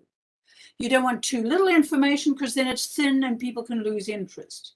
If there's too much information on it, it's formatted in a way people can read the headings and keep moving if the heading doesn't interest them. But, you know, we worked closely with Mike to the point where, you know, I wanted Mike to sort of feel satisfied that this is something he could take a pile of these, put them on the desk, you know, in the reception area, take them to a meeting where he's giving a presentation, have them in a meeting where we're meeting or he's meeting with local officials. Mike, you've named some other sources or uses you could see for this. But if there's anybody, you know, that has any other things that you might look at and say, well, you haven't got this, you know, add that too. You know, we can reformat it in a way to also, you know, take back some lines and add some more. I put data sources on it as well with superscript number references so that if people want to, they can go looking further at those data sources. So it's done, you know, appropriately as a professional document. The 3rd page is just some ideas on how to distribute it or how to also duplicate it. It's a 2-pager that we're asking for your input on. But I just want to stress, you know, this is, again, I see this as Mike's document. This is something I wanted Mike to say, okay, you know, this is something I can get a pile duplicated and use it as a tool. I know that I could probably use it again on Thursday when I meet with Carol Myers again. I know she's going to be asking me stuff that I can say, well, here, Carol, actually, you know, glad you asked. Here are some, you know, facts and figures that can answer the question and begin further discussion. Keith, you had some thoughts on this. You were very helpful. You want to comment? Well, Diane, I think it's going to be very interesting to see what Carol's input is about this when you talk with her, because it kind of started with their visit. But I think sort of like what you were saying, the purpose of this is to help anyone that has any questions understand the values of the airport to the community. And there's lots of them. But it also gives lots of different facts and figures. So I think we wanted to ask everybody here on the authority for some input about this, if they think we're on track with this or any particular pieces, you know, while we're on the call.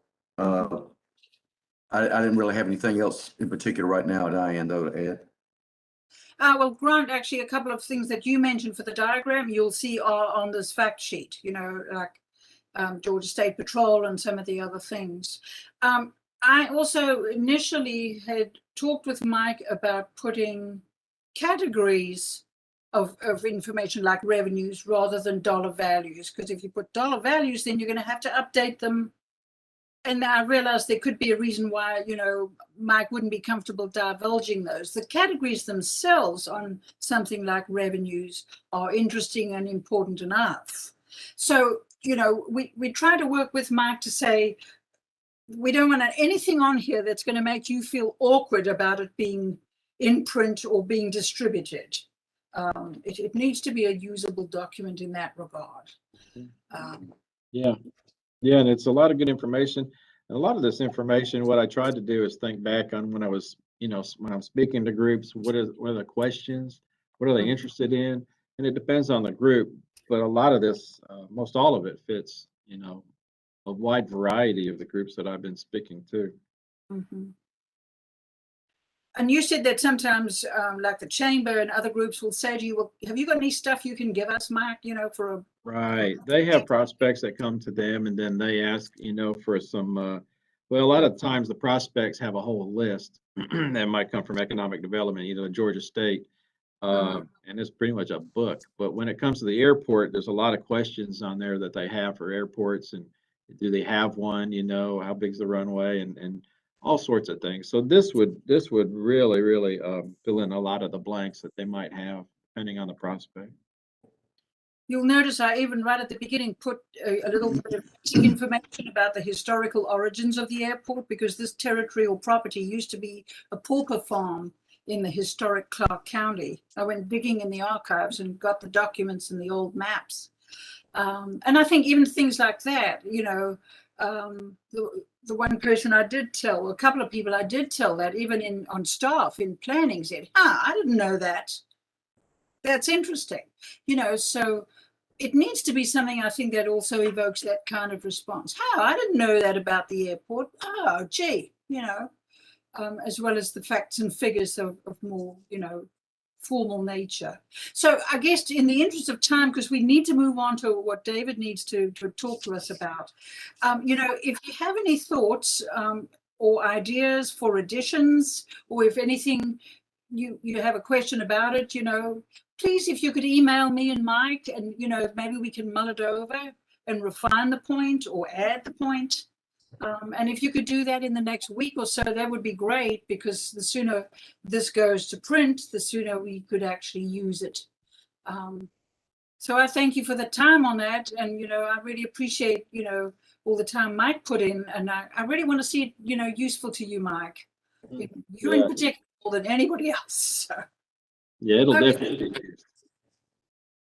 Okay, so I'm going to draw your attention to the next item, which is a planning proposal that has come to the authority, to the chair of the operating committee, i.e. to David from via Mike. So David, I'm going to turn it over to you and that you have the floor. It's an important item and we're ready for you.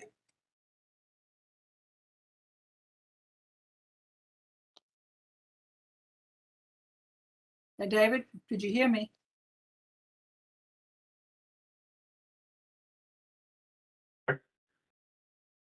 See, he's Hello?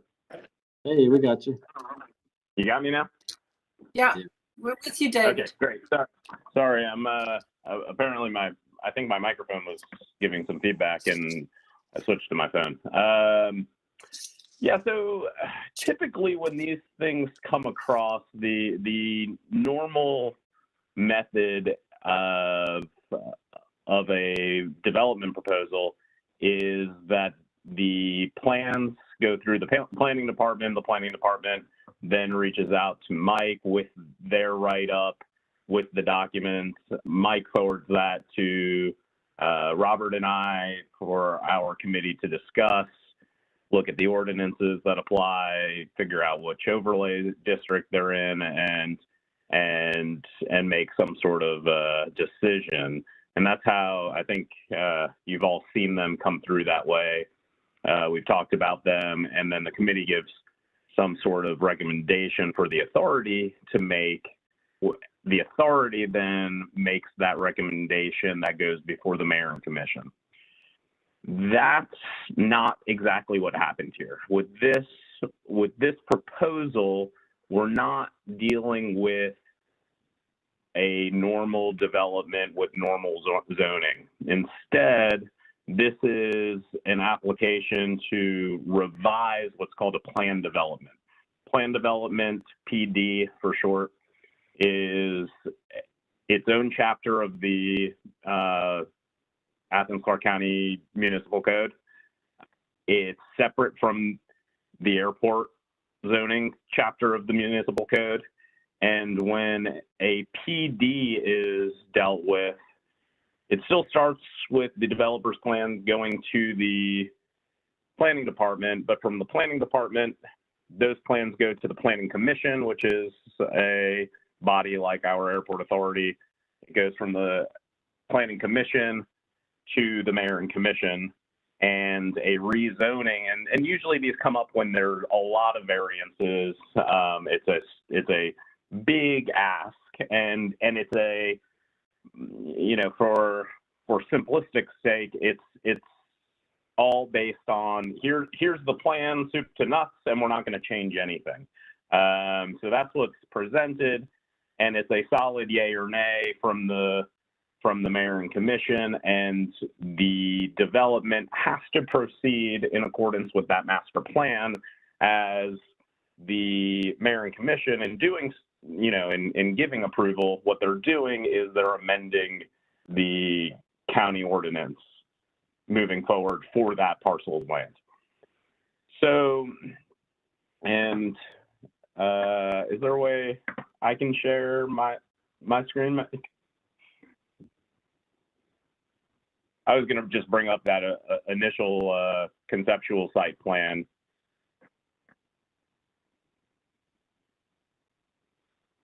I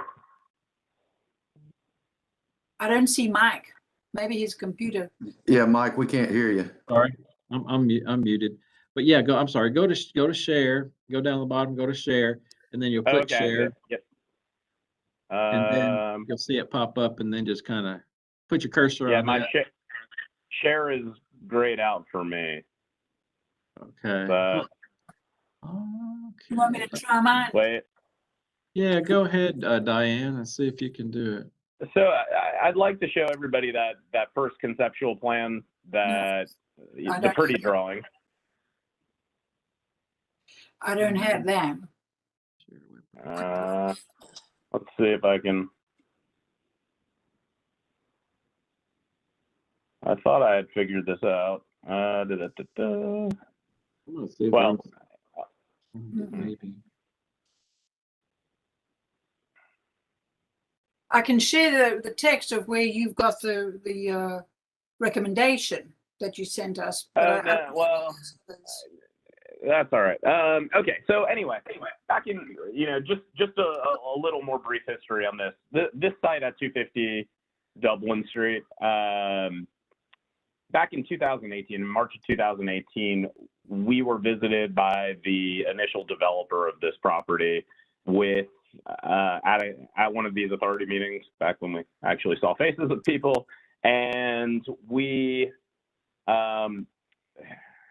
it had not gone through planning at that stage yet. The developer came and just spoke to us about what they were interested in doing with a property that they knew was in the airport overlay.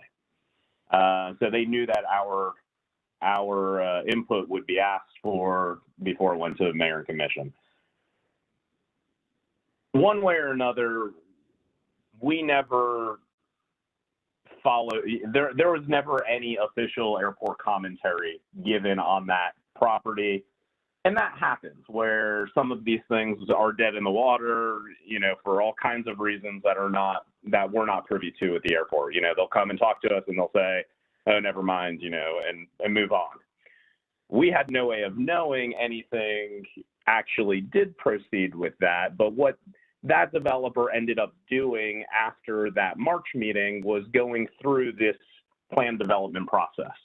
Rather than putting the plans in and go, which would send it out to us for our authority review, they went through the PD process and ended up getting a plan development amendment in the ordinance to allow for the development of this parcel of land into 13 houses. It's 13 houses on 3.22 acres. That all went through in February of 2019. When Mike emailed about asking for our comments on this 250 Dublin, I remembered that address. You know, I remember I wish I could show you some of these pictures. Maybe Mike's bringing them up now. Right on cue, Mike.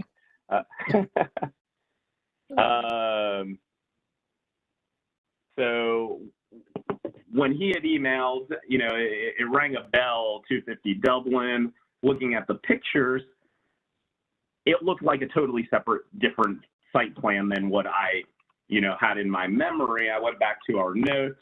Thank you, Angela, for keeping outstanding minutes for me to go back and review. Was able to see that this wasn't the same plan. What Mike presented to Robert, Angela, Diane, and I was this. Yes. Okay. So that is what we saw previously, briefly. We actually never even saw this actual master development plan. We saw the pretty version, you know, an artist rendering of similar. But this is a 13 parcel development that the mayor and commission ended up approving and amending the ordinances. Moving forward to today, that development group is no longer involved. Now this has become a project of the Athens Land Trust, where they are looking to develop 8 homes, single-family residence homes, on that same parcel of land. If you bring that right back up, Mike, or are you looking for the new one? The old one? Yeah, I was looking for the new one. You want the old one back up? No, either one. I was just trying to make it easier on you. Oh, okay. Well, that would be good, because I'm having a hard time finding the other one. But let me pull this one back in. Oh, there you go. We'll just keep this one up for now. Okay, go ahead. I don't see it yet. Angela can bring it up, she thinks. Maybe. Sorry for the technical failure here. That's okay. I thought if I could jump over to this window, I think this is where. This one is. How about that? Is that what you want? I'm not seeing anything yet. You're not? Okay. You're not either? Okay. Okay. Got the old one? Interesting.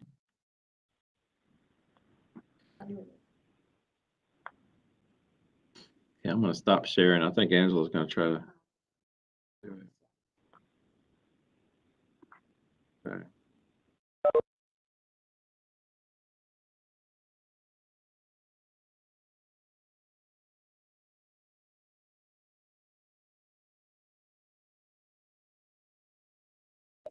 That's it.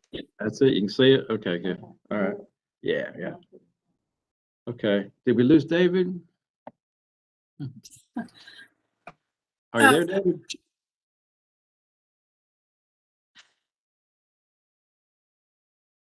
I think so.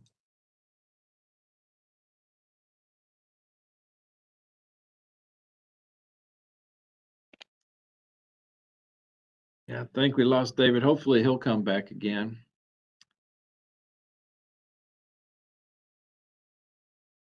I think he was having internet problems. Mm. But if he can call, maybe that'd be good.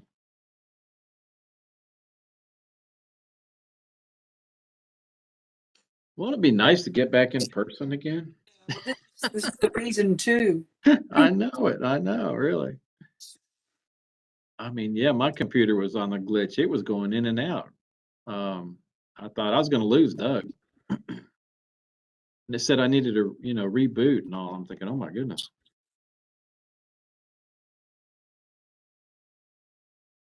Yeah, Keith, you guys, can you see that?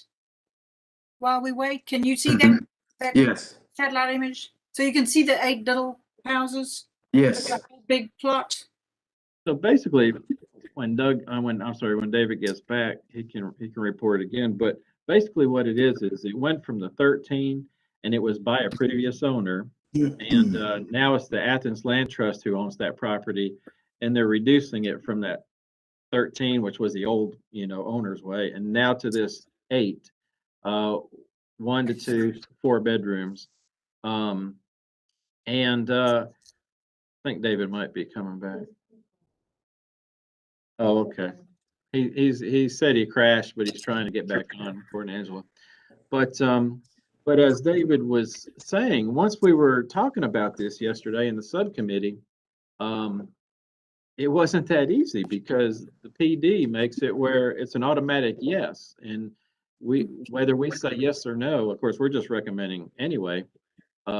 It's going to be a yes because of the planning. Plan development. So that was interesting news that I learned yesterday. We had Brad from the planning director on with us, kind of explaining that to us. So it was eye-opening, something we need to probably look at. Well, let me ask this, since it sounds like it's not going to be something we're going to be voting on, right, as a moot point. Right. It's just as for information, which is valuable for us. Do we move on if we don't have David? Looks like he's having trouble. I was just pointing to the little note on his pop-up window there saying something about limited bandwidth I guess at his end or something. Okay. Yeah, there was just a staff report that had to be done, rather. Yeah, and we do have some language that David drafted and that Mike and I and Angela looked at carefully because, because of the situation, Brad Griffin talked to us and recommended that what the airport authority needs to do is draft some carefully thought out language that we convey to Mike and Angela to submit as a staff report rather than the conventional way we normally go about it. So we have some careful language that David was going to share with you. Actually, I have it, Diane, if you want me to share it. I've got his email. Yeah, I mean, without David, I feel uncomfortable asking for, for us as a group to sort of I know. everything. But Somebody's going to have to make the motion. And if you've got it in front of you, or even Robert, yeah, maybe you could make it. I mean, I wish I could share it. I don't know if I You don't can. have it in front of you? I do have it in front of me, yeah. But it would be better to share it. Robert can read it. I think if he has it in front of him, he got the email as well from David. Okay, I can read it. I've got it. I mean, but basically what it means is because of the PD, any variances, any special use permits, all those little contingencies fly out the window. In blunt terms, it's a way of getting in under the wire. Everything, all the bets are off. And so, but what Brad told us was we should still put together a reasoned argument about what our concerns are and what we see the issues to be, and then submit it, or Mike would submit it as a staff report so that the airport still, in essence, submits comments that can be taken into account. So yeah, there it is. I can read it. It's very small. I can read it, or you can follow along as I do, whatever you want. Hello? Hear David again. Hey, David, is that you? It's David. I don't know. My computer went away from me. Okay. It crashed. All right. So where did we get to? Okay, we looked at the 8 units on the new image, and then Mike was just talking again about the issue of the staff report, and we were just getting to the question of looking at your recommendation that would go. Right. So if you want, you can read that and pick up there to read and explain it. Wonderful. Okay, so basically, what we've learned about this is that because this PD process, in a way, circumvents the airport and from commentary, we want to call attention to that with the planning department and with the mayor and commission, that that's an unintended consequence of the way the PD ordinance, we think, has been written. And I guess I'm coming back alive here. My computer's finally back up and running. So I, while normally the operations committee would be making a motion for what the authority is saying. In this case, what we are looking to do is make a motion for what Mike includes in his staff report regarding this parcel of land. Because, and I don't know if this was captured by what Mike said, because this is already a planned development, a PD zoned property, on the table is not whether or not we develop any number of units. It's whether we change the zoning to 8 from an existing 13 or leave it at 13. So that's a very unique situation that we're in here. On that note, what I've drafted here is that on behalf of the operations committee, I move for Mike to make the following recommendation in his staff report regarding the planned development reconsideration at 250 Dublin Street. End quote. Recognizing that there already exists a zoning amendment that allowed for a 13-unit development at the subject property, the airport prefers that the property be instead developed following the newly proposed 8-unit plan. It is worth noting that either plan exceeds the airport overlay ordinance with respect to minimum lot size, and the original PD rezoning was approved without airport commentary. As the airport, its staff, and the airport authority are uniquely qualified to consider the technicalities presented by development within the airport overlay, it is our collective recommendation that for the safety of the ACC community, pilots and passengers traveling to and from our airport, as well as for the future growth and development of the airport itself, our consideration is requested in regards to any future 4457970 is not available at the tone. Okay. That was my phone number. Well, I just muted it. Let's see. Okay. So, David, could I comment on the letter? Are you looking for comments or? Yeah, if everybody read along. Our consideration is requested in regards to any future PD proposals within the airport overlay. Yeah. So that's my motion that the authority requests Mike to include that in his staff report. Okay. So that's your formal motion. Okay. So if we're posing that as a formal motion, we need a second before we have discussion. Okay. Do we have a second in support of that motion? I said. Keith. Yes. Okay. Now discussion. Any discussion? Les, you said you had. Yeah.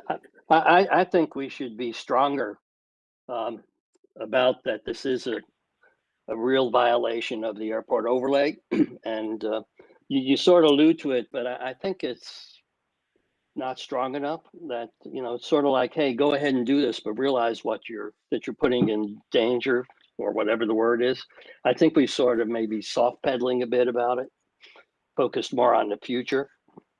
And it's interesting. I looked up while you were who the Athens Land Trust is. This is not a private corporation. This is a nonprofit organization, sort of like Habitat for Humanity. And their focus is on affordable housing. Just some background, but it just seems to me we should be a little more stronger in our language that this is a violation of the airport overlay, and that they are, go ahead and do this, but realize that you are putting, it just doesn't hit you over the head, is I guess what I'm trying to say. The problem there, Les, is that at this stage, because the amendment to the original ordinance is a matter of law, that exists. So even if we vehemently disagree, then it goes from an 8-unit parcel to a 13. It remains at a 13-unit parcel. There is no going back to 0. No going back to what the ordinance, what our chapter would say is a maximum 3-unit property. Oh, no, I understand that, David. I'm just sort of saying that it's a foregone conclusion that this has been done, but it's just maybe we need to be stronger in why we think it's a mistake doing it. Not that we realize we can change it, but, go ahead and do it, but realize that this is not maybe in the benefit of the overall larger community. And, I'd like to add a comment. Are you finished? Yeah, Liz finished. I'll add a comment. Yes, I'm finished. I'm finished. We had actually a very long telephone conversation with Brad Griffin about this, in which he apprised us of many of the details about the Athens Land Trust and the PD process that this has gone through. I mean, I respect your opinion. My opinion on the motion is that it does say it. It doesn't hit them over the head. It doesn't use overly strong language. It's diplomatically worded. And so, I mean, I have already said to David and Angela and Mike, I favor it as it's written. I think it's diplomatically written. They know our concerns. It's appropriately written. And, we're moving into a phase or a new period of trying to work with them in a collegial manner. They know our concerns. Our concerns are articulated clearly. And that's what I feel they need to be. Any other like comments? To add on to that a bit. Go ahead. Yeah, I'd like to add on to that a little, Diane. Something else, because of the nature of this specific request, we're not being asked for commentary as an airport authority. Yeah. Mike has the opportunity to comment through his staff report. So whereas as an authority, we can cohesively say, well, this is what, as an advisory body, we could potentially use heavy-handed language. I would never make a motion for Mike to, put words in Mike's mouth on his letterhead. That's not how we should use this position. Precisely. Yeah. So, any other comments? Keith, you haven't seen it. Robert, Grant, this is the first time you've seen this. We had this, yesterday and this morning. I'll end up voting for the motion, but I guess to be perfectly honest with you, I'm absolutely totally confused as to what we're supposed to be doing. If it sounds to me like it was already done, they came back and said, by the way, we need you to make a comment on this, but it really doesn't matter what your comment is because it's going to happen anyway. So it seems to me like it's an exercise in futility, and maybe that's just the way it works. If this PD ordinance is that way, my recommendation is don't bring any PD variances back because it's kind of a waste of time. We totally actually that's why we spoke to Brad, because that's what we said, why they're bothering to come to us, and he helped. I guess my recollection of what Brad said was that, he is the planning director, speaking, would still, I mean, he advised us to inject this extra step where it's going in as a staff report, but that we put language in that we convey via Mike. That there's an extra step in the process. I wouldn't favor us saying nothing when we have an opportunity and a request, a collegial, request from the planning director to do that. Just in the same way we're saying on the other side of the coin, we don't want to make the language, too bombastic, because that's not our place. Mike has to convey this. So I Right, guess, the dilemma is, are we going to leave the motion as it is, or, is there a move to amend the motion? We either vote on it as it is, or we would have to have an extra process of amending it. Les, we can't hear you. Sorry, I always forget. I think maybe just the authority writes an option. It gets Mike out of the loop, he writes whatever, but I think just as this is sort of just ramrodding this thing through, and I think as an authority we have every right to respond, maybe just to the mayor and commission or to Blaine, that we're not happy with the way this process worked, and it's pretty insulting, hey, it's already been done. They're putting it just would have been nice to have actually really been asked our opinion. Well, Brad said So maybe that's I think that's a separate thing that we could consider doing. I think that's separate. Yes, that's what I'm proposing. That'll be at a later date. I think we'll be working on that for sure. But Brad said it might have been just an oversight that it didn't come to us time. That he was going to look into that. But he said normally this should have come to us, and that's why it's coming to us now, because it should have come to us then.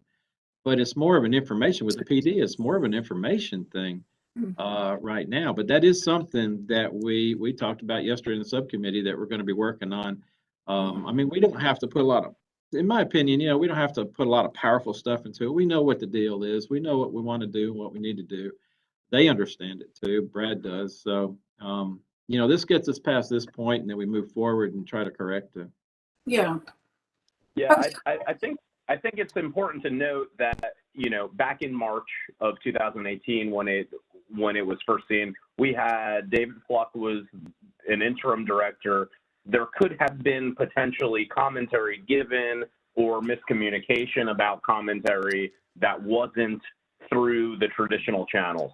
So, I don't want it to make it seem like somebody did necessarily wrong. I think that through this, we've spotted a potentially exploitable way that the PD ordinance chapter is written. And I think that using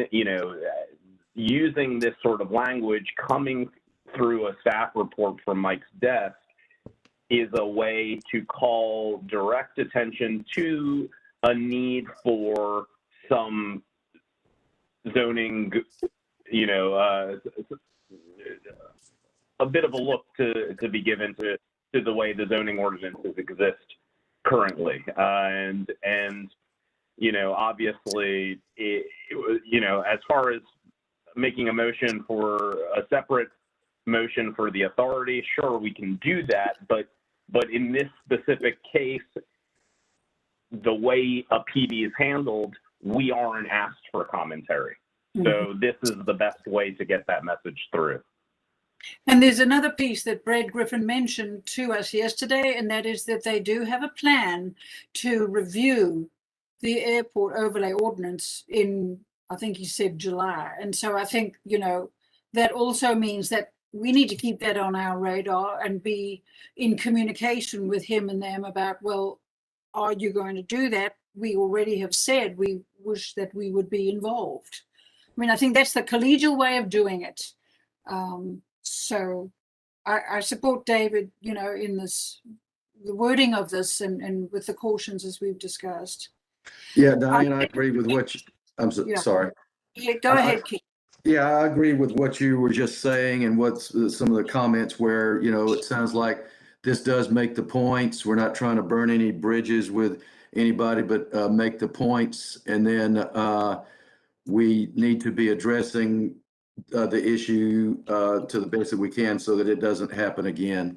So it sounds like there's efforts to do that. I don't know if we'd be ready for any follow-up in that regard in the next monthly authority meeting for any updates that may be an agenda item, but I'm so based on that, then I'm good with it as it's written. Okay, well, we need to I'll call the question because we need a proper vote, and just for the record. Hearing no other comments, having looked at and read the recommendation, the motion as you've heard it, can I ask for a vote? All in favor? Aye. Aye. I need to count. I can only see 2 or 3 people. So Les, Aye. who's calling aye? I can't actually It see looks like everybody's an aye. Okay. So, All right. Any no's? Abstentions? Cries for help? No. Okay.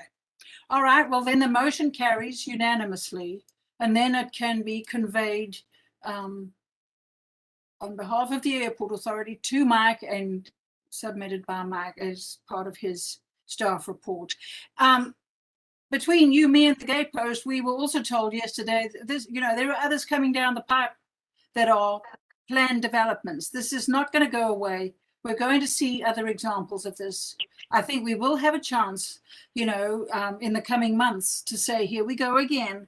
Now, how are we going to address it? It's going to come up again. We were told that. So we can anticipate that. I don't know how soon it's going to be, but Mike and Angela and David will remember he mentioned that. So it's interesting because it gives us a chance to work in a collegial manner with them, but actually stating very clearly our concerns and saying we want a place at the table when you review that ordinance. It's an opportunity. So, thank you, everybody. David, are you satisfied where we are at this point? Am I satisfied? Yeah. Yeah. I as best we can be.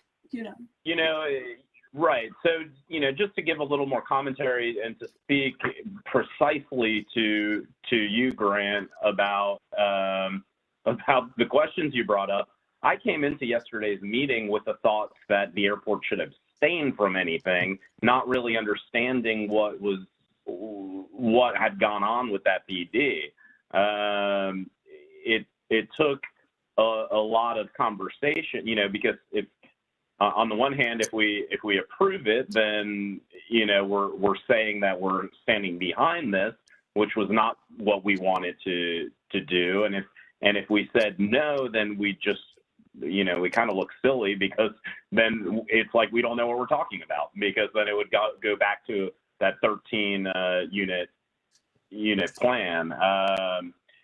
It took talking with Brad, talking with Diane, Mike, and Angela for a while. I mean, we were meeting for probably a couple hours yesterday to really wrap our head around exactly what happened, how did it happen, and how do we best prevent it from happening again or being exploited by anybody else who's trying to circumvent the airport weighing in on their property development. And I think the planning, I think Brad did understand that, and that's how we'll end up with some necessary revision to those ordinances, which he intended to get through over the summer. Yeah, well, and I'll just add, we actually had to ask Brad outright, can you tell us about the Athens Land Trust? And he gave us some good background on it. And, we were struggling with this concept of PD and what it really meant, because David was the one, give him credit. He noticed the very final line of the text regarding the ordinance, like the small print at the very end of the document that basically said the key thing, that if it's a PD, it's like all bets are off. All variances, exceptions, special uses, etc., are null and void. So we have some serious learning to do, because we're not finished. We've already just begun learning about this PD process and how the Athens Land Trust is operating, also with commissioners that are very committed to affordable housing. There's a thrust now in the leadership for affordable housing, and this is an avenue through which it's being promoted. So I feel that we've got some serious learning to do, which is good, but we do need to do it. I'm glad we found out about it. Yeah. Because it might explode. This stuff might go, Yeah. David, you kept saying it. The developers are all going to get together, and say, have you heard about that? That if you can get in under the wire, if you get a PD, you know. So anyway, I think that's the best we can do at this point. It's transparent. It's following Brad's recommendation. He appreciated how much concern we raised about it. It's, you know, if it's the best of a bad job, that's what we've done. You know, as good as we can for now. But it's going to come up again. Don't be surprised. So, and thank you, David. You know, you were the one who really zeroed in on the key point or two. So, welcome back for another 4 years. Yeah. Okay. You know, we've had a marathon session here. It's 5:25. We have the final little layer on the agenda, but I might suggest, unless you disagree with me, that we've sort of taken care of many of those updates, except for Keith with finance and planning. And you did say that you recognize this might happen, Keith. So you can tell the group if you still want to yield your time. Yeah, we don't really have any update, probably a little later, agenda items, Okay. a later meeting. Okay. Grant, anything else to add on service development marketing? No, I think the first part kind of covered everything pretty well. Okay. And David, I think you probably feel we've wrung you dry. So, yeah. Well, then I want to thank all of you for such a long meeting and an intense one. You can see why I said it was full, no extra items we could make room for. And I guess if there's no other business, I'll call for a motion to adjourn, half an hour late. Can I hear a motion to adjourn? Motion. All right. Thank you, Les. Second? Thank you, Second. Robert. Yeah. All in favor of adjourning at 5:30? Aye.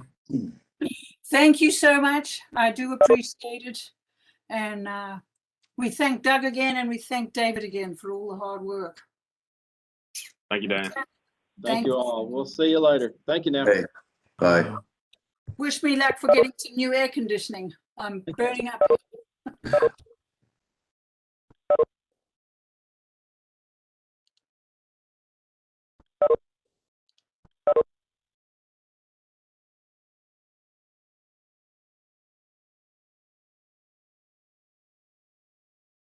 Hey, Tracy, how are you?